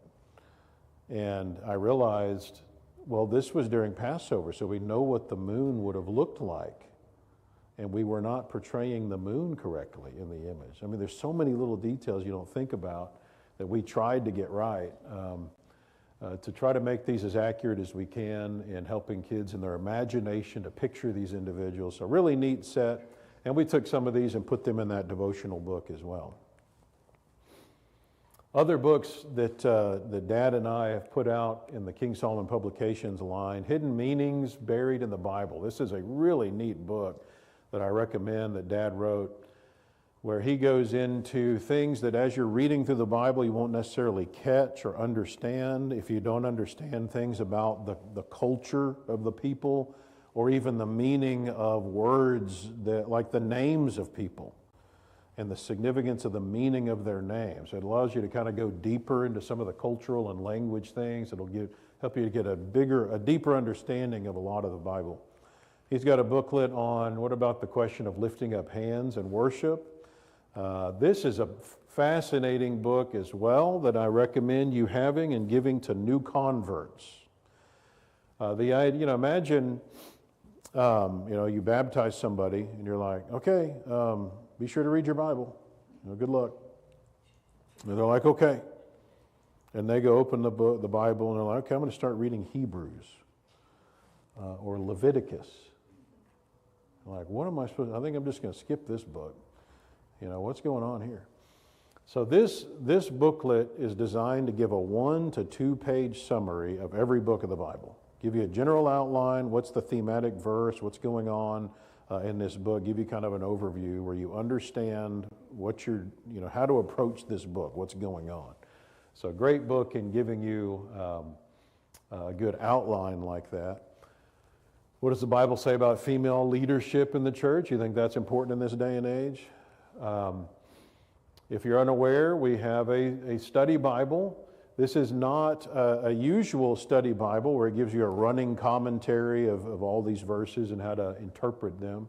But this is an apologetic study Bible. It's designed to give you the information you need to have to defend the Bible wherever you are as you're going through the text. If there's an apologetics issue, we probably have something there at the bottom or as a special section there for you. So this is taking hundreds of our articles from over the years that we've written and paring them down into a form that can be used in this study Bible. We've got lots of different possible covers, including tabs. Now we just, within the last 2 weeks, our large print version of this has become available as well. We've also developed a smaller Bible that's not really a study Bible. It's just got some selected articles in there. So this one is good for evangelism, to be able to hand out to people that don't have a Bible. And it has several very key articles in there for their benefit. And you can buy these in bulk at a much lower rate. And keep in mind there's a digital version of the study Bible as well, available through Kindle with Amazon, as well as with Olive Tree that you can use as well. All right. So we are going to get to take a little break. I don't remember when we start. So we're okay. All right, I'll hand it over to you, Robert. One quick note, and I will try to remind everyone at the end of the day, especially for those who are coming in that were not here when I say this. Notice on the on the schedule, it mentions tomorrow, 9 o'clock and 10 o'clock, 9:30 and 10:30. We'll be here at 9:30 and 10:30, our regular times. So I will try to remind everybody of that before we leave as well today. But wanted to say it before I forgot, because I tend to forget things. So we will have how long break you want to take? I'd say 10 to 12 minutes. Okay, 10 to 12-minute break. We'll meet back about 10:40. Be sure to check out the books over there, and if you need to pay for anything using a card, come see me. All right, thank you for your attention.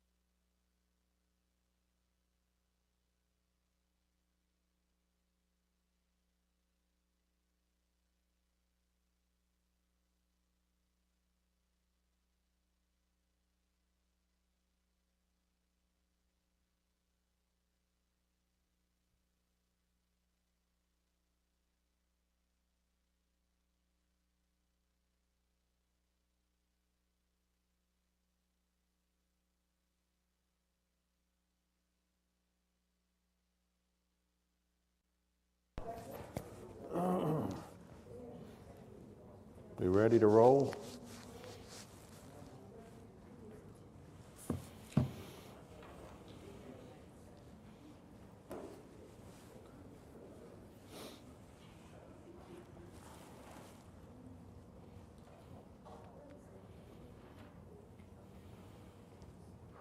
Okay, so we ended that last section discussing the law of biogenesis. And if the evidence indicates that in nature life can only come from other similar life, then logically the only way to be consistent with the evidence is to realize there must be something outside of nature that initiated life. And we found that the Bible, of course, teaches that very thing, that God is, of course, the author of life, and that He is the one that gives to all life, breath, and all things. Now, another implication of the law of biogenesis comes from the work of Rudolf Virchow, and his work illustrated not only does life come from life, but life comes only from life of its kind, in thinking about cells, for example. So the McGraw-Hill Dictionary of Scientific and Technical Terms confirms this, defining biogenesis as the development of a living organism from a similar living organism. And one life science textbook put it this way: another characteristic of organisms is the ability to reproduce or produce offspring that are similar to the parents. For example, robins lay eggs that develop into young rhinoceroses that closely resemble their parents, right? No, robins make robins, and there may be little varieties of robins, small differences in color and height and beak size and so forth that we call microevolutionary change. No problem with that idea. But even though there are changes, the offspring is still a bird. It's not some other kind of creature. Macroevolution has not occurred. So in nature, life comes only from life of its own kind. Dogs don't have cats, horses don't have cows, frogs don't have snakes, apes don't give rise to humans. But if naturalistic evolution is true, then that in essence is what had to happen. You have simple lower life springing into existence, and from it, over eons of time, all other life forms come about, complex life forms. So according to evolution, life does not come from life of its kind, but rather from other kinds of life, in contradiction to the evidence in this law. Now, in the field of philosophy, there's a law known as the law of excluded middle. And what this law says, that every precisely stated proposition is either true or false. What do we mean by that? As long as you precisely and clearly define what you're talking about, you can know whether something is or is not true. So if I say, Robert is bald, okay? As long as I precisely define what a bald person is, say 100 hairs or less, then I can know whether Robert is bald or is not bald. There's no middle ground on that. So as long as I precisely define what a human is, and scientists have done that, then everything is human or is not human. There's no such thing as somebody who's not human and also not non-human, right? It's either or. So according to the law of biogenesis, a non-human is not going to give rise to a human based on the actual evidence. We've never seen that violated. So the evolutionary model, again, contradicts the evidence and requires that very thing to occur. So evolution's not in harmony with the evidence. The biblical model, once again, has no problem with the scientific evidence. God created life, created it according to its kind, and told the earth to reproduce living things according to their kinds, according to Genesis 1. So whatever a man sows, it's also what he's going to reap, Galatians 6:7. Obviously, he's not going to reap something completely different than what he sowed. So the biblical model doesn't have the problem of having to try to make the evolutionary jump between types of creatures. God created life according to its kind, and those kinds have remained constant since creation, with only small variations occurring over time. Now keep in mind, just a little side point here, and I talk about this more in the other seminar, the creation side of the seminar, but the term kind in the Bible is not the equivalent to species. Okay, so the Bible does not say that you couldn't get another species through reproduction. It doesn't say that. But you have the same kind of creature retained. So could you have a wolf bring about a domestic dog? Yeah, maybe so.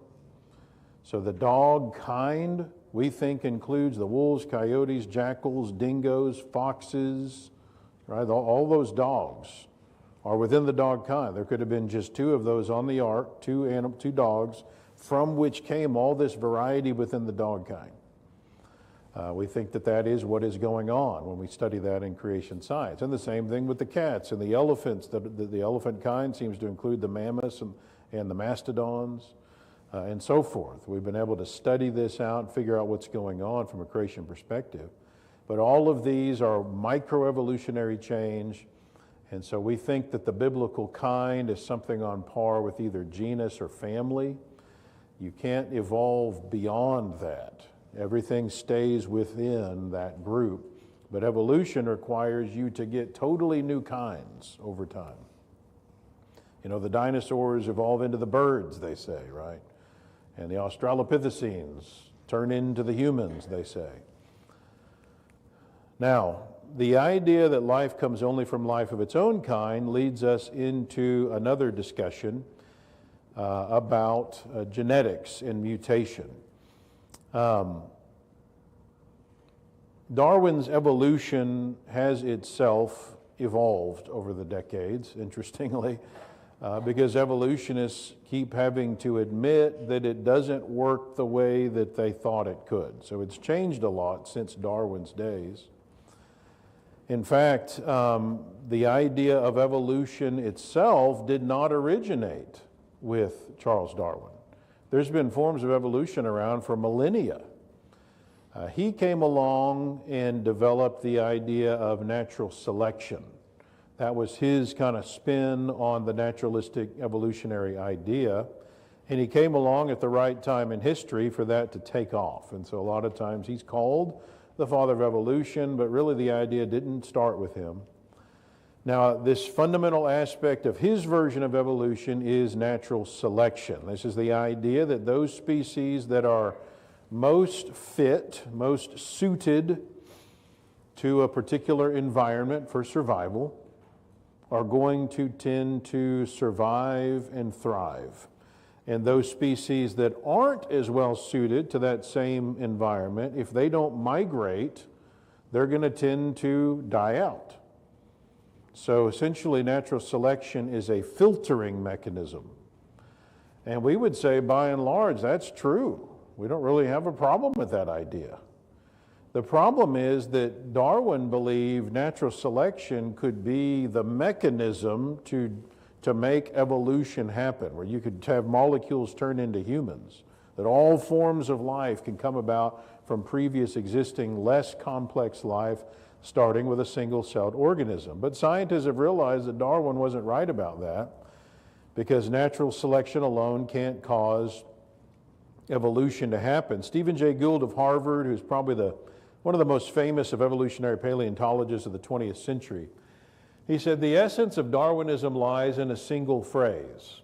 Natural selection is the creative force of evolutionary change. No one denies that selection will play a negative role in eliminating the unfit. In other words, it's a filter. Darwinian theories require that it create the fit as well.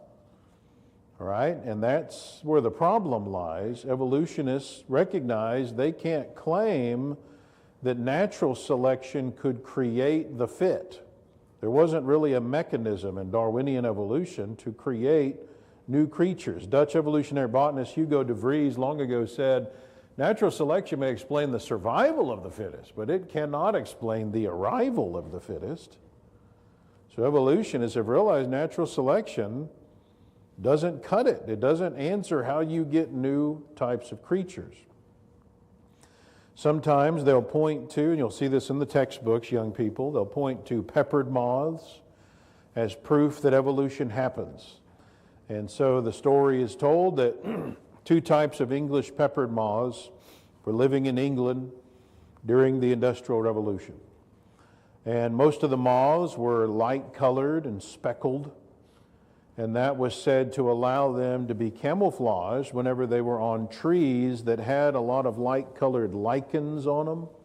And so the birds didn't eat as many of the moths, so they thrived. But then factories in England began producing a lot of soot and smoke, and that killed the lichens, and it started exposing the bark color underneath, and then you could the birds could see these colored moths. The light-colored moths started dying out, and instead the darker-colored moths began thriving because they blended in better. So in that sense, the species adapted to the change, and this was touted as proof of evolution. Well, now the whole story is being called into question as having been made up with fake photos that were taken and dead moths were glued to the trees to try to prove the story. But regardless if it was true or not, this would just be an example of natural selection, not evolution. So an ancestral moth had the genes to be able to produce both white and dark colored moths as offspring, both types. And one type of moth thrives in one setting, and then another thrives in a different setting. So no change even occurred, just selection of already available varieties, okay? So in order for evolution to happen, you have to have actual change into a completely different type of animal, not merely variety of the original.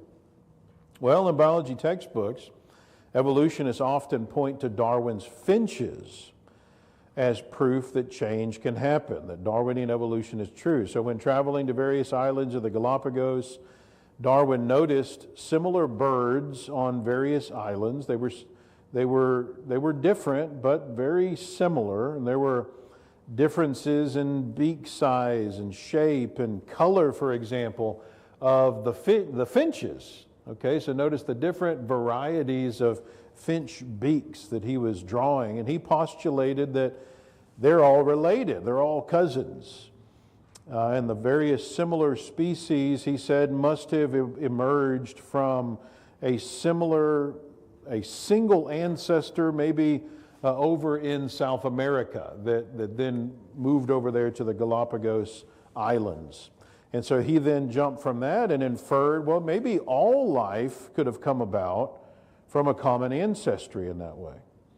All right, now it may very well be that the various types of finches on the islands did in fact come from a common ancestor in South America. But notice, they're all still acknowledged to be, they're finches. These are birds. So small changes have occurred within the finch type, what we call microevolution. That doesn't contradict creation, but macroevolution has not been shown to be able to occur with finches, and that's the evidence that's needed to prove naturalistic evolution. Notice what Miller and Levine admitted in their 2010 textbook. They discussed the recent work by Peter and Rosemary Grant of Princeton University. They spent 35 years studying the Galapagos finches, and the Grants realized that Darwin's theory about finch evolution was based on assumptions. The first being, for beak size and shape to evolve, there must be enough heritable variation in those traits to provide raw material for natural selection. All right, think through that. So what that means is the finch already had to have the genetic potential in its genes to have offspring that had the various beak sizes and shapes. It didn't evolve those differences. So they already existed in the finch's genes. So what happens if the finch doesn't have the potential for growing something different than, say, a beak? Well, it couldn't grow it. There wouldn't be enough heritable variation for that. So there's a limit to how much the finch can change, can evolve. So a finch may have a baby bird that's slightly different than its parent because it has the potential for some genetic variation. We're not exactly the same as our parents, but it's still a finch, and after the finch is born, okay, now natural selection steps in. And basically, if the finch is better suited to its environment, it's going to tend to survive. That's all. There's been no macroevolution between kinds of creatures. Well, evolutionists have realized this, that natural selection can't be used to prove one type of creature can evolve into a totally different kind. Enter neo-Darwinism. Neo-Darwinism is the idea that natural selection coupled with genetic mutation, DNA accidents, can give you a mechanism for actual change. All right, now that claim has problems too, because when you look at the actual laboratory evidence of this, mutations don't create new material, new information, which is necessary for the kind of change required by naturalistic evolution. So here's how physicist Alan Hayward put it. Mutations do not appear to bring progressive changes. Genes seem to be built so as to allow changes to occur within certain narrow limits and to prevent those limits from being crossed. To oversimplify a little, mutations very easily produce new varieties within a species and might occasionally produce a new, though similar species, but despite enormous efforts by experimenters and breeders, mutations seem unable to produce entirely new forms of life. Here's how Stephen Jay Gould put it about mutations. A mutation doesn't produce major new raw material. You don't make a new species by mutating the species. That's a common idea people have, that evolution is due to random mutations. A mutation is not the cause of evolutionary change. All right, so when Gould says this, a mutation doesn't produce major new raw material, that is an important concept. New raw material, new genetic information is not added to the genome in a mutation. Information, think about the concept of information for a moment. If I were to give you a book, what would I be giving you in a purely physical sense? Well, leather or cloth, which is your cover, paper, basically wood, some kind of glue, ink, maybe a little dust. So physically, that's what you got. Now, I can arrange that matter, that ink, for example, in a certain way without actually adding anything physically to the book, and can thereby give some meaning to those materials. I can convey a message, though again, I haven't actually added anything physically, any molecules to the book. And yet I clearly have added something to the physical book, even though it's not physical, right? So information can be added, and it doesn't even have to be on paper. It can be conveyed by vibrating airwaves in a certain way with my vocal cords, like I'm doing right now. It can be conveyed through a sequence of taps, like Morse code. It could be through smoke signals, right? I mean, it could be through moving my hands in a certain way with sign language.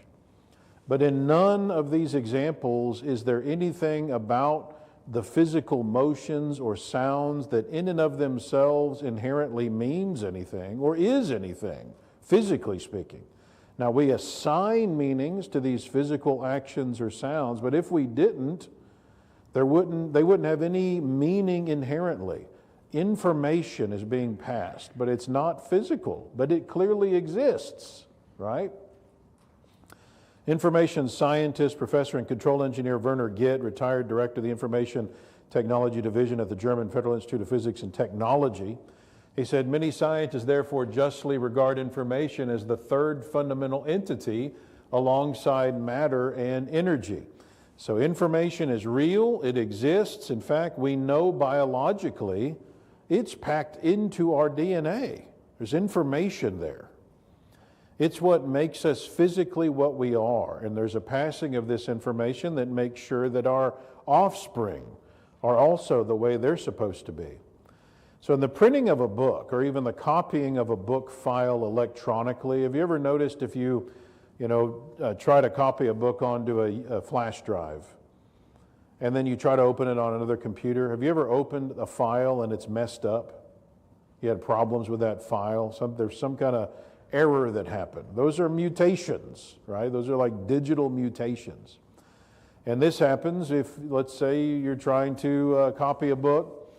Sometimes you'll have individual words can be messed up, or you have a few letters of a word that it can be changed to other letters. This is called codon errors in genetics, whenever you've got your DNA being replicated.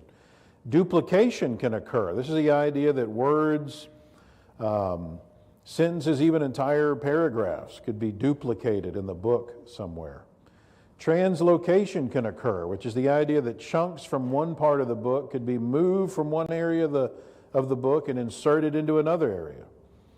Deletion can occur, where you've got chunks of the book that are just totally lost. So you got lots of different kinds of errors and mutations, and there's others, but notice that no new material is written when these errors or mutations occur. A new sentence hasn't been written into the story. The problem with the theory of evolution is that it requires new sentences and even chapters to just accidentally write themselves into the genetic book, kind of like the apes just randomly banging keys and you getting new information out of that. In fact, evolution requires sequels of the book to write themselves. Codon errors, duplications, translocations, deletions, these are mutations. Mutations don't add new information. They simply mess up, they garble something that already has to exist. They alter what's there, so they might cause a fly to have extra wings, like in homeotic mutations, or a person to have an extra toe, like in polydactyly. But mutations can't create some new kind of creature. A mutation wouldn't cause, for example, a wing to appear on a creature unless the creature already had the heritable variation in its genes to have a wing. So in other words, using our book example, no new paragraphs or chapters can be written by mutations.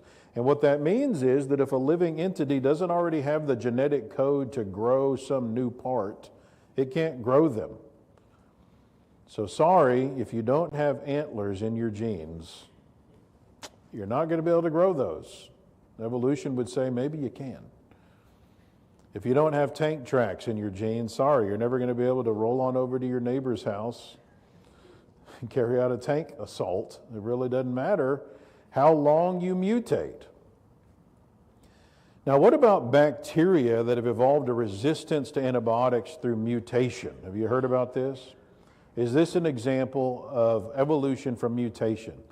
So first of all, note that these changes in bacteria don't lead the bacteria to be something else. It's still bacteria. Nobody's denying that. So we would call this an example of microevolution, not macro. Don't have a problem with this.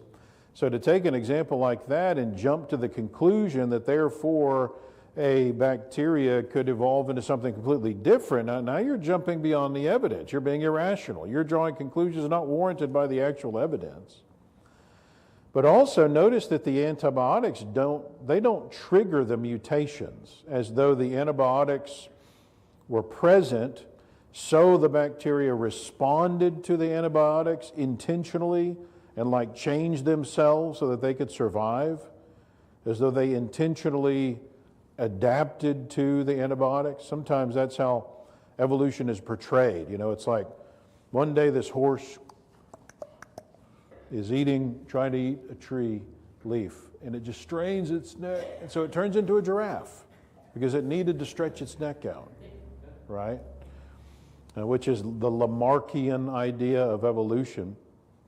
No, that's not what's going on here. Instead, what's going on with these bacteria is mutations cause the bacteria to change before the antibiotics are even introduced.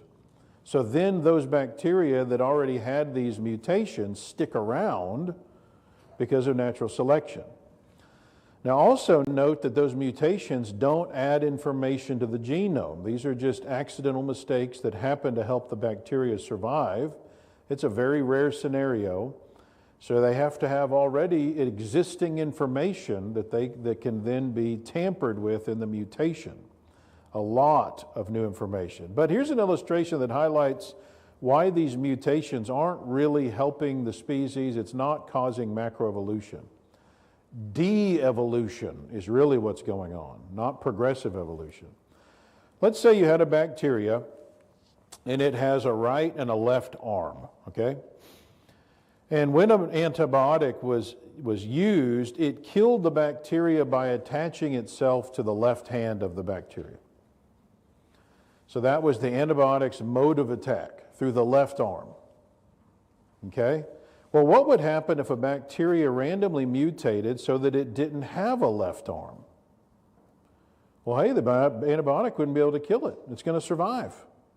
Okay, now is the bacteria actually better off?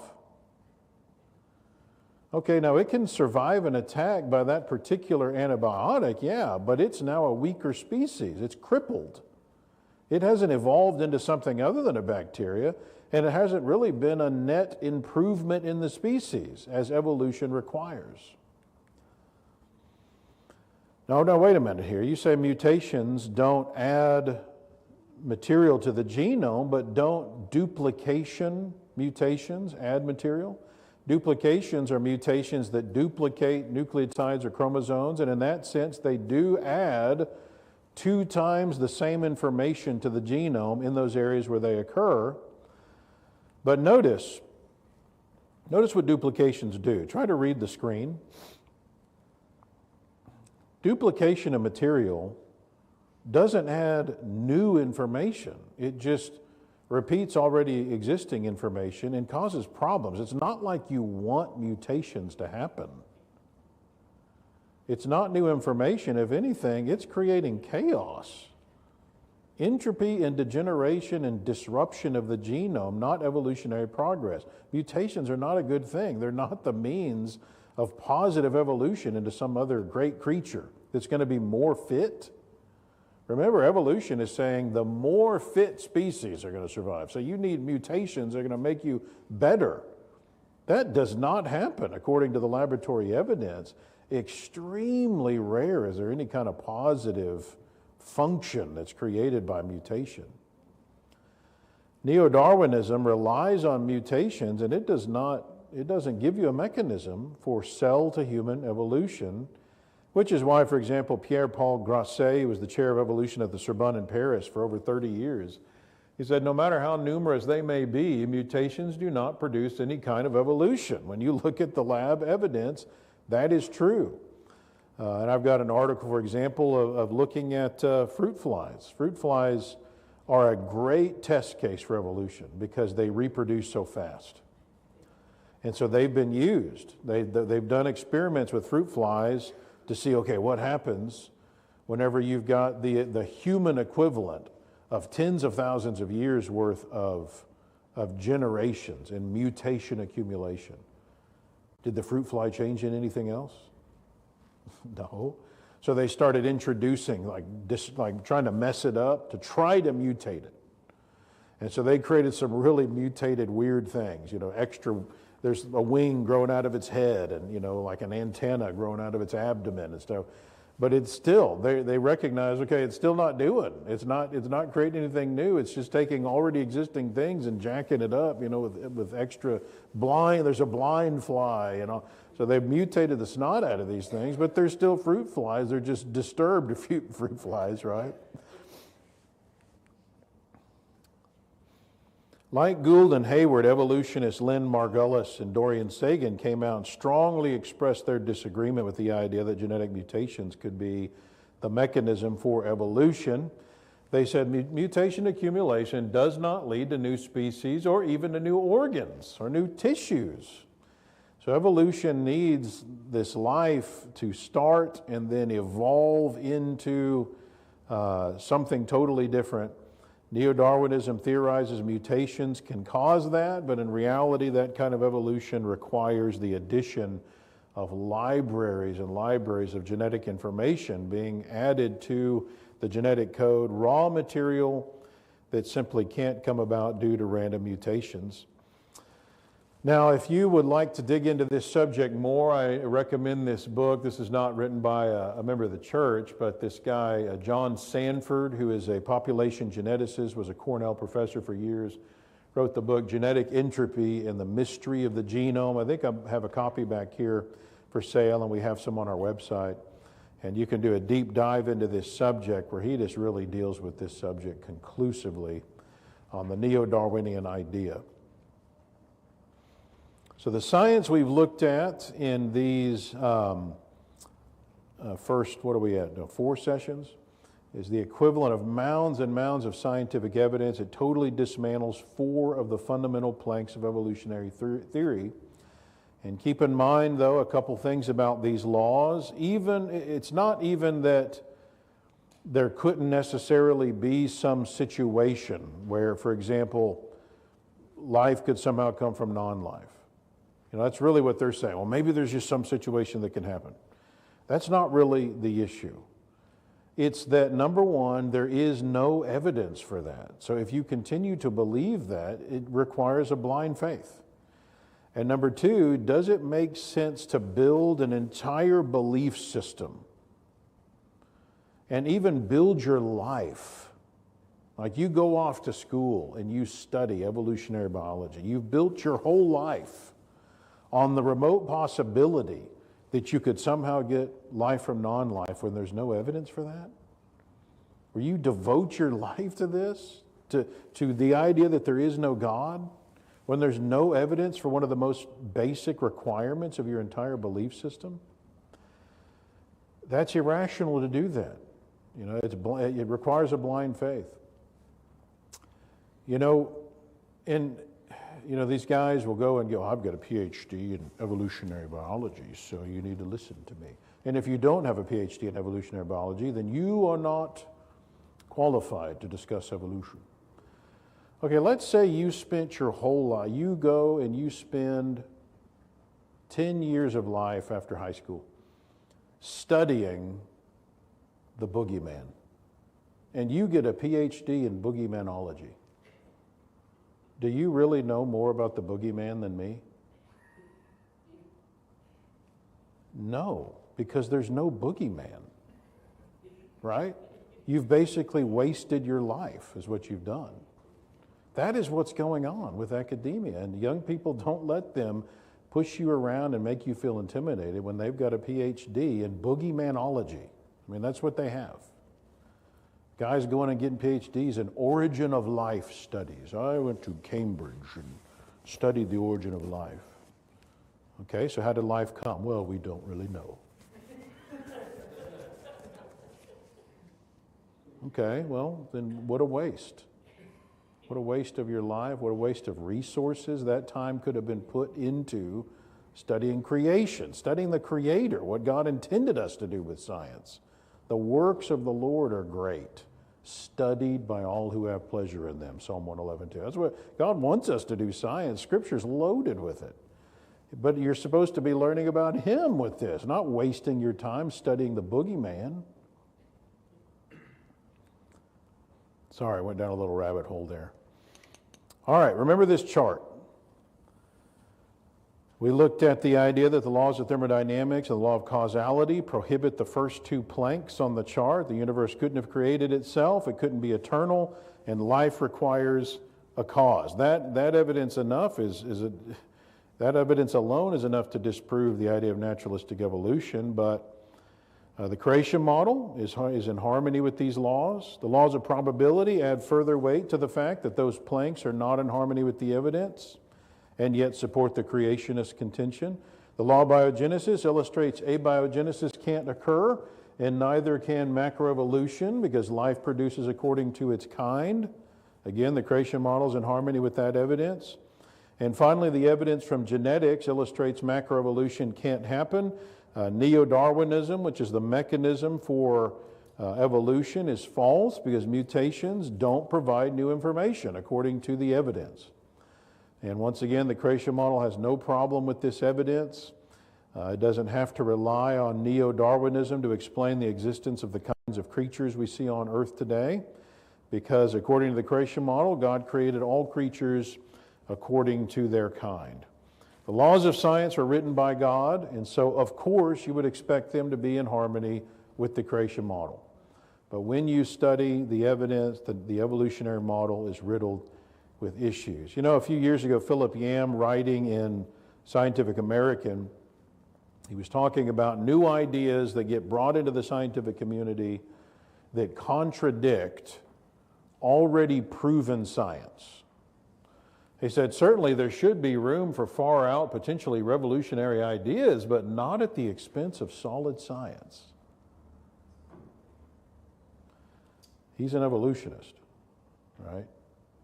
He wasn't even directly talking about evolution, but what a telling statement.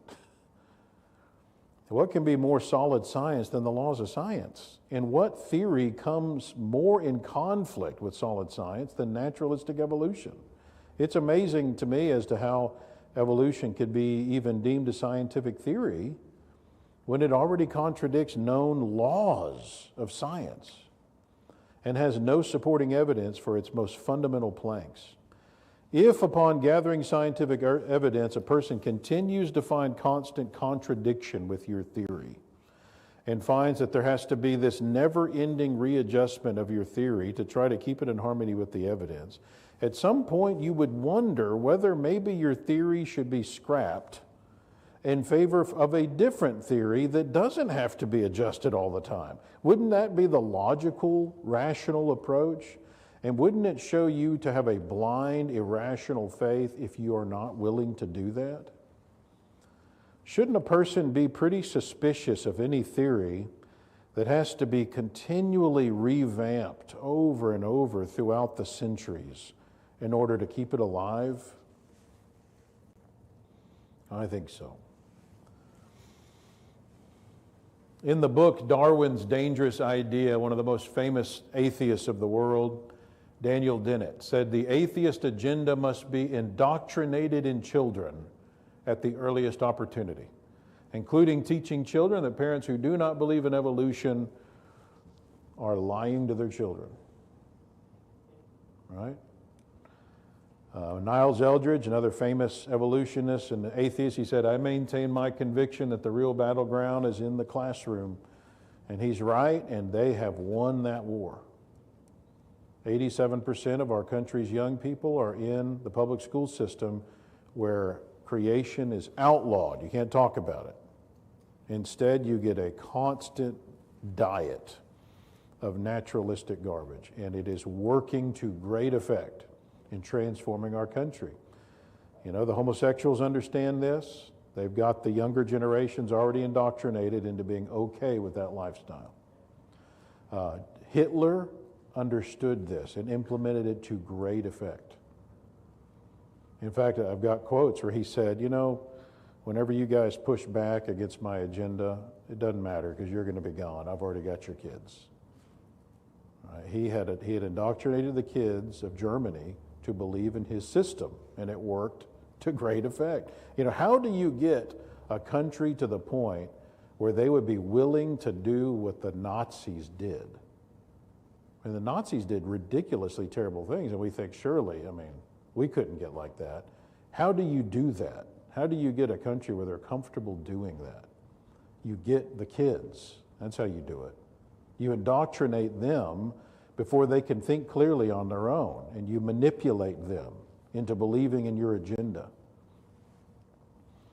So that's why our young people, they're really the battleground here. They're the front lines. We got to make sure they have the tools they need. I would argue that perhaps the bulk of our mission work should be emphasized on our youth, making sure the young people have what they need. Get them taught from a young age how to think logically and rationally, what the evidence teaches, so they not only know that for themselves, but they can talk to their friends that are being fed a steady diet of garbage for decades.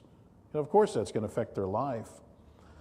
So we at AP have developed a whole lot of materials with kids in mind, even stuff for infants on how teaching them about the amazing evidence of God and nature around them. When they're learning to read, we got a Learn to Read series. We've got these are $2 a piece for these books. We have an early reader series that follows that up, where they learn about God and evidence of design and evidence against evolution.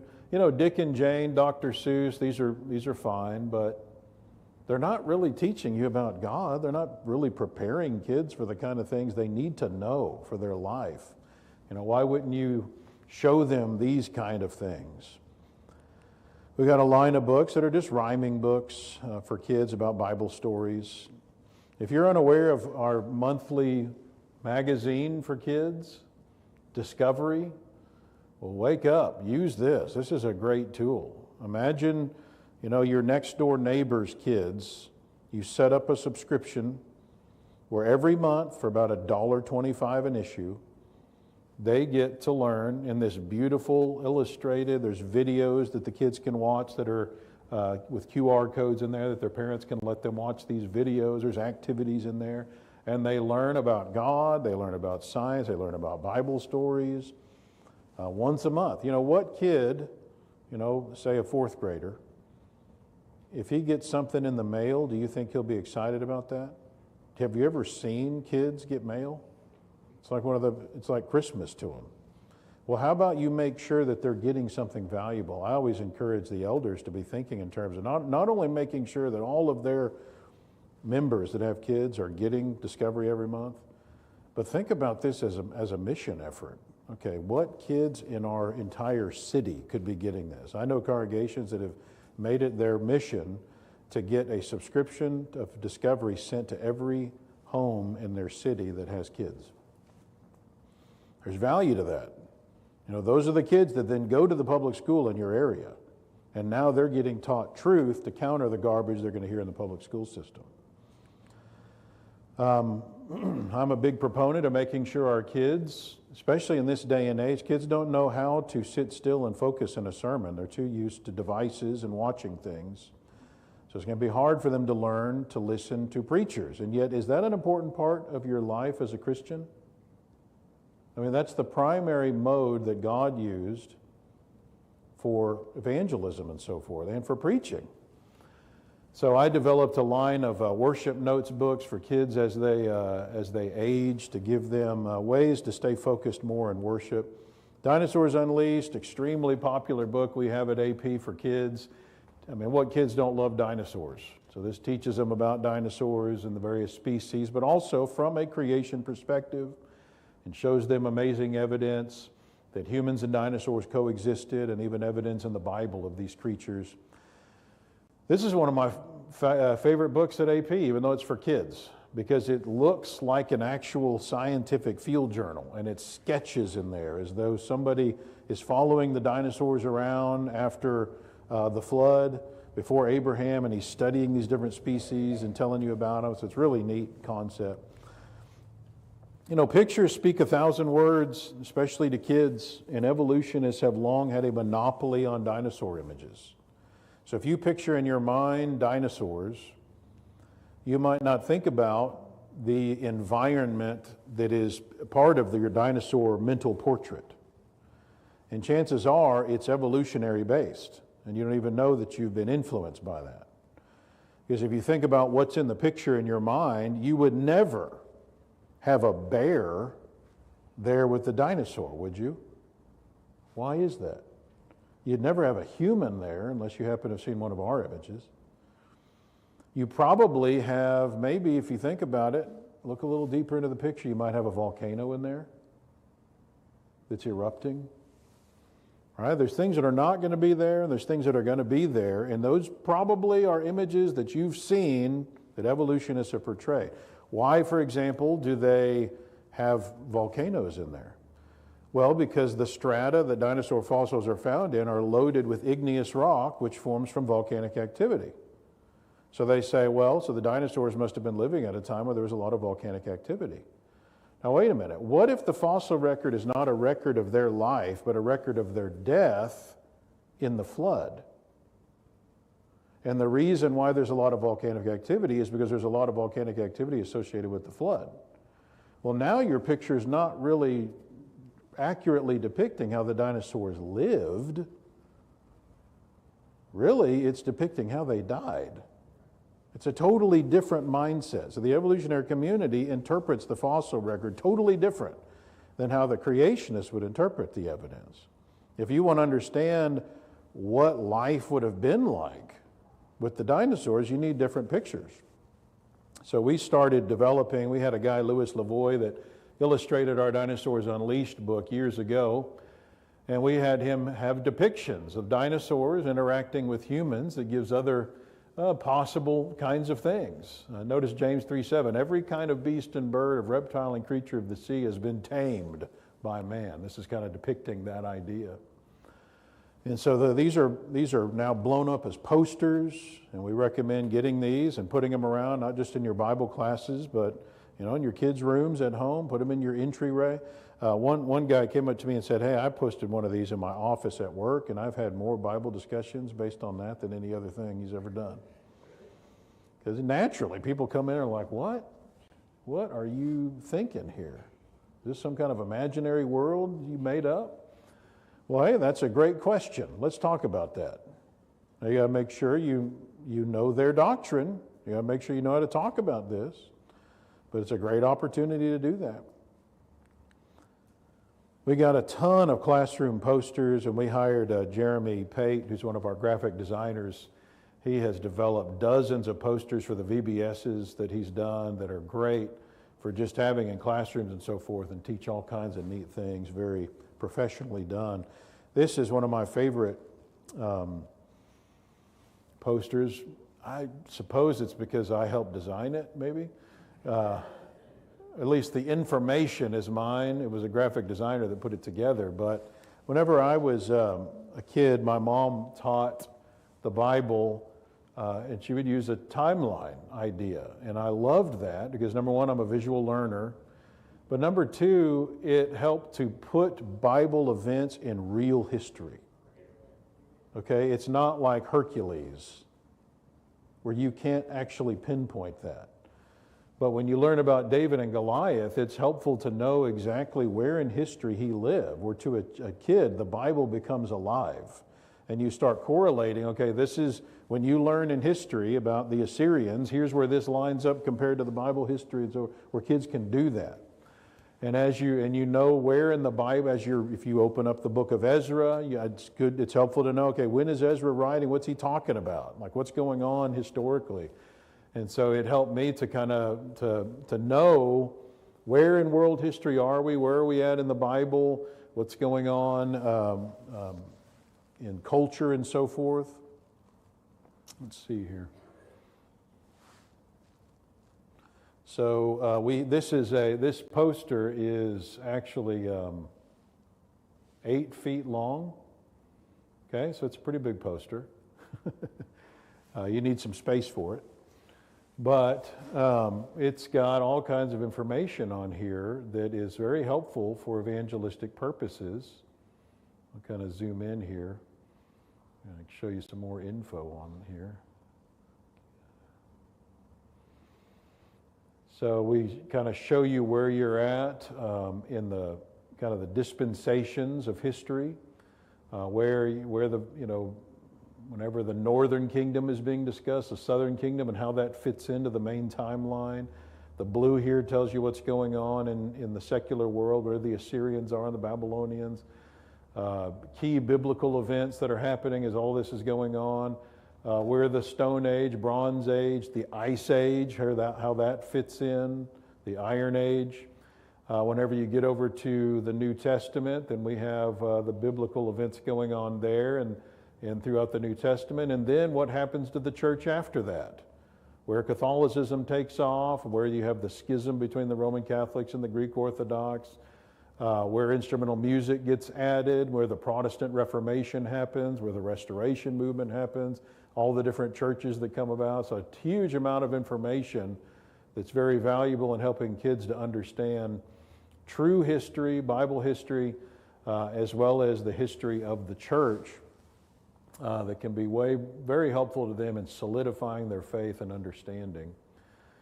So make sure you're aware of that. We also have, you think it's important to make sure kids that are 4th through 6th grade understand the evidence for the existence of God and the inspiration of the Bible? I mean, you can't go as deep into that at those ages, but there's some concepts that it's good for them to go ahead and introduce them to before they go off into junior high. Because whenever they're first going to start learning life science and therefore evolution, 7th grade. And they're going to start learning earth science and geologic history there. In world history, they're going to start learning about cavemen and stuff like that. Okay, so they need to be ready for those years. Wonders of God's creation shows them powerful evidence of design in the universe with the creatures God has created that show us things about Him. Does God like to paint? I don't know if there's ever in history been a PhD astrophysicist that's a member of the church. I don't know, other than Brandon. And his wife, Alana, who has a master's in it. I imagine their kids probably hate the stars. But anyway, they wrote this book that shows kids the amazing universe around them and evidence of design. Truth Be Told is a book written for when kids get to those middle school, junior high years and begin learning about biology, life science, earth science. And this book was written by taking the textbooks that the kids will be using, going to the sections where they're going to be learning error on those things, and responding to them in this book. So this is a complement that they need to supplement the material they're learning at school, where they can know, okay, well, what's the biblical perspective on this? It's not bad learning what the world is teaching on this stuff, because you need to understand their doctrine. And I think it's interesting, one of the arguments people have tried to make against homeschooling, for example, is homeschool kids, they're not going to be learning about evolution. These kids need to be learning about evolution. Well, guess who does better in the standardized tests on evolution? Homeschoolers. Because the parents are teaching them evolution, they just teach the issues with it, right? You got to know both. You got to know what their position is, and you got to know what the Bible would teach on this. We got to make sure the public school kids are getting both sides of this too. Are we doing that? Are we making sure they're ready to defend their faith? The statistics are saying, no, we're not doing that. We're losing them. That's what's going on. So this book was developed for the kids in those years to make sure they know how to deal with the stuff they're being dealt with.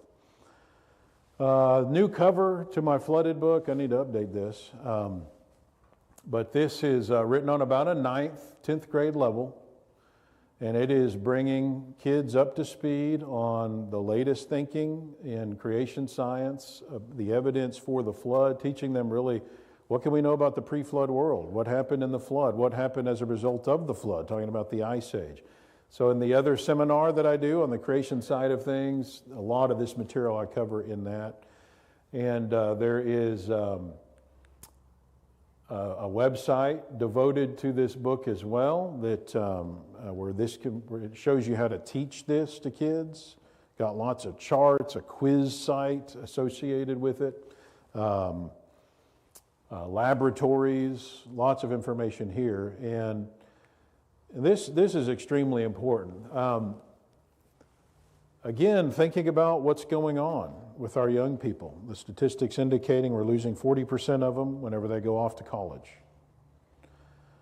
Christendom at large, the estimate is more 60 to 80%. And the statistics indicate we're really losing them in high school. And you don't see it yet because they're still being brought to church by the parents. But the minute they're out of the home, they don't go to church anymore. So we're losing them because of what they're learning in junior high and high school. Well, what if you could teach them science the way God intended it? And not just from a book, but hands-on. They get to see it with their own eyes, go touch this stuff, do laboratories that really do creation science the way God intended it. That's the purpose of this. So I started one of our supporters contacted us and said, hey, you ought to take this flooded book and actually bring kids out there and make it where they can get credit, like school credit for teaching them stuff out in like Arizona, where they can go to the Grand Canyon and Petrified Forest and Meteor Crater, a lot of these things that I talk about in the book, but they get to go see it with their own eyes and get immersed in this. And I thought, that's a cool idea. So in 2022, started doing that so kids can come and get high school credit for learning about creation, learning about the flood, learning science the way it should be learned, actually out there at all these neat places, and learn how to interpret all of these things from a biblical perspective. And now Freed Hardeman has paired up with me where I am teaching this where the kids can get college credit. They get dual enrollment credit, get 4 hours of physical science credit at Freed Hardeman when they do this course with me out there in Arizona. So from a, really, it doesn't make sense to not have these kids do this. It doesn't make sense. It's not rational for you to not do this. Can I say that? I mean, when you look at the evidence of what's happening to our youth, we got to make sure we're doing what we can to get them ready for the things they're hearing, prepare them for what they're going to be facing in college as well. That's the point here of this course. So if you have kids or you know of kids that, hey, they really ought to do this course, then get this information to them. And hey, if you, look, it's $2,300 a student.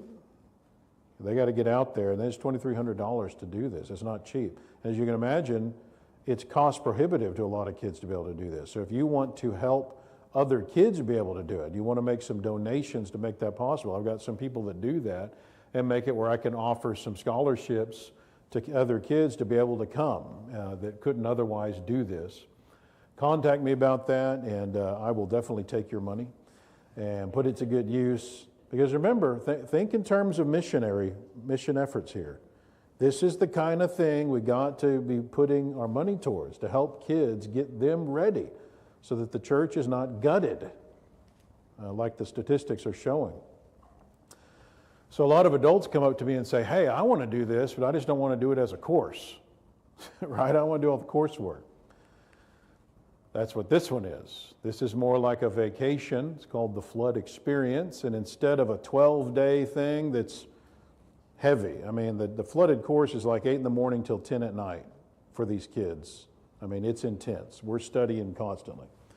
This is more of a vacation. The Flood Experience is more of a vacation. It's a 5-day thing. We go to a lot of the same places, and I have to do some lectures, kind of walk you through what you're seeing there. But it's not so intensive. It's more of a vacation type thing, and I'm doing those as well now regularly. We've got one in June I'm doing, and one in November.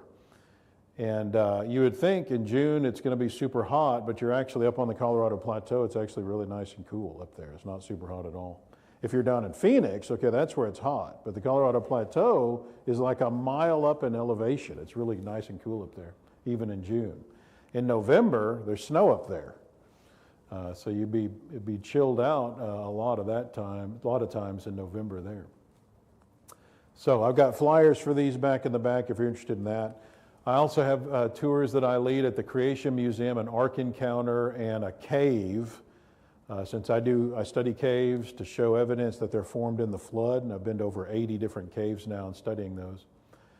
But I take you to a cave and show you what's going on in the cave, how you explain that from a creation perspective. And then we go to the Creation Museum, which is a state-of-the-art museum, over $45 million facility that teaches you the truth about creation and creation science. And then you go to this life-size Ark Encounter as well, over $100 million facility, again, state-of-the-art. And then I lead you through what you're seeing there. I have headsets that you'll wear and everything where I can talk to you about the exhibits you're seeing and so forth, where you can learn about these neat things. A really cool experience, very popular, all of these to do. And we just had the one in February, and we've got another one coming up July 30th. Materials for teenagers. Out with Doubt is kind of our original book we had, teaching Christian evidences to teenagers, giving them a survey of that. Matter of Fact was Kyle's sequel to that. And then Always Be Ready, probably another one of my top 5 favorites at AP, even though it's for teenagers. And it teaches teens, shows them how to respond to the typical atheistic arguments that are being made today against the God of the Bible, and helps them how to reason with their friends about that. We have a new series that's for teens as well. on the existence of God, inspiration of the Bible, deity of Christ, and then apologetics in general. And lots of videos that have been developed for each one of these, little short videos that go along with these books. So these are great for classrooms, but also just for teenagers to make sure they have what they need on these subjects. I'm a big proponent of making sure our kids know how to be evangelistic, because again, they're the front lines of the movement. That's the best time to reach people before they become indoctrinated in false ideas and dug their heels in on those. It's a lot harder to convert adults than it is kids, if you think about it. If you think about most of the baptisms in the church, they're really from youth that have been raised in the church, right? So I like the idea of preparing our young people to talk to their friends. What are the kinds of topics they need to be ready to talk to them about? What are the verses they need to have a good grasp on and have memorized? And so I've been developing a memory verse curriculum to kind of help prepare them to talk to their friends on a host of topics. When I was doing youth ministry in Texas, I was very alarmed by what I was seeing in the area of romance. So many of the young people were falling away, doing terrible things in their romance because of the influences of the world, and causing them to leave the church or do things that were terrible that they would then have spiritual scars over spiritually, or marrying people that were not good ideas. And so Julie and I, my wife and I, co-wrote this book to think through, what are some biblical principles that should be playing a role in how you make dating decisions. Helpful tools as you begin building your Christian life. This is developed for new Christians. And the idea is to lay out for new Christians, what are your responsibilities as a Christian? What are the things you're supposed to be doing? Are you supposed to be a pew warmer and just read the Bible and show up at church? Is that it? Do you have any other things you're supposed to be doing that God expects of you? And how do you read the Bible and properly interpret it? Are there any principles that you should understand to make sure that, like if you go read Genesis 6, God said to build an ark. Am I supposed to go do that? Well, there's some principles you got to understand before you turn to the Bible in any section. Are we under the Ten Commandments today? See, a lot of people won't understand we're not under the Ten Commandments. In fact, the Gentiles were never under the Ten Commandments. It was just the Israelites that were under the Ten Commandments. So there's some principles that people need to understand whenever they're reading the Bible to interpret it properly. What are some things that you need to have in your library as you're studying the Bible to make sure you understand things properly, various commentaries and so forth? That's the purpose of this. There's a little booklet for new Christians. We got lots of t-shirts that are great ways to generate conversations with people. Several VBSs that we've developed ever since we hired Jeremy Pate, one on the flood. I think you all might have done this one here. Okay. This is a lot of my material on the flood that was put in VBS form. It really turned out well. There's so many things in this that you probably just wouldn't even be aware of. Like when Jeremy was writing or drawing these characters, I said, I actually have skull replicas of the human skulls that have been found right after the flood, and what humans kind of look like. I said it'd be really cool if you could work that into the facial anatomy of these people. So he did that. I think you don't even realize how many details went into so much of these. This is apologetics in the book of Acts. All right, so teaching kids about the apologists of the book of Acts. This one is more on evolution, and so a lot of the stuff we're looking at this weekend, that's kind of the point of this really neat VBS he put into. It's really neat how he did this. He actually took, AP employees and turned us into superheroes. That's supposed to be me up there. I told him, it'd be really cool is if you had an evolutionary character that embodied evolution, like where his at the very bottom of his feet, it's single-celled organisms, and as you go up his body, it's like he's evolving into eventually into a primate, And that is what he came up with for this. There's a lot of really cool things in this VBS. This one's on the deity of Christ. So that, remember the three fundamental pillars of Christianity, the existence of God, inspiration of the Bible, deity of Christ. This VBS was devoted to that. Truth Hunters, this is the one that's on the inspiration of the Bible. And there's little neat things he does that go along with each of these. The one that he did on this one was to have a little fictional book that kids can get, that they're supposed to read before the VBS to kind of get them excited about it. And so we have this as well as in an audiobook form where I'm actually reading this book with different voices and stuff. It makes it a lot easier for the kids to plow through that. We have a free curriculum online as well that takes kids, this isn't just an apologetics curriculum, this is a Bible curriculum. It takes kids through the Bible in 4 years, and then they repeat it again for the next 4 years at a more advanced level. Fixing to have a facelift on the webpage on this, we're about to release. Advanced Bible Reader, also a free tool to encourage kids to read the Bible as well as AP materials. And as they read, they take these online quizzes that will test their knowledge of the subjects that they've read, and they get points for these. And you can sign up as a teacher and have the students sign up under you, where you can keep track of what all they're reading and how well they're doing, see the things that they're making mistakes on, where you can address those. And they accumulate points, and they get certificates for these as they get enough points. And their goal is to try to get into the Hall of Fame, and then into the Masters League, and then the Champions League, based on the points that they're accumulating. Again, free resource there as well. All right, so we're continuing to plow through a lot of this information on evolution.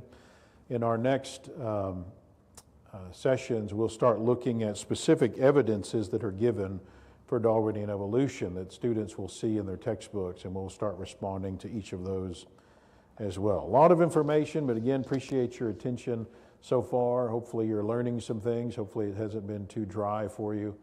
I know a lot of this isn't material that any of us really want to learn. But again, this is something that we really need to have down to make sure we're ready to talk to people and meet them where they are. Again, if you need help with any of the material back at the back, if you have any questions about that, be sure to let me know. But otherwise, I'll turn it over to you, Robert. Thank you.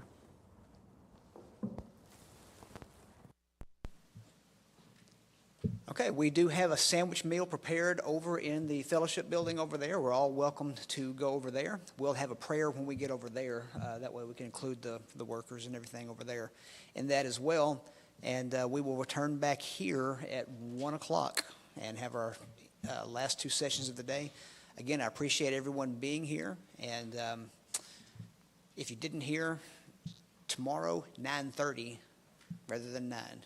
Of course, if you follow that and get here, I'd rather you be here half an hour early than half an hour late. But 9:30 tomorrow, and we'll go ahead and dismiss over to the fellowship building.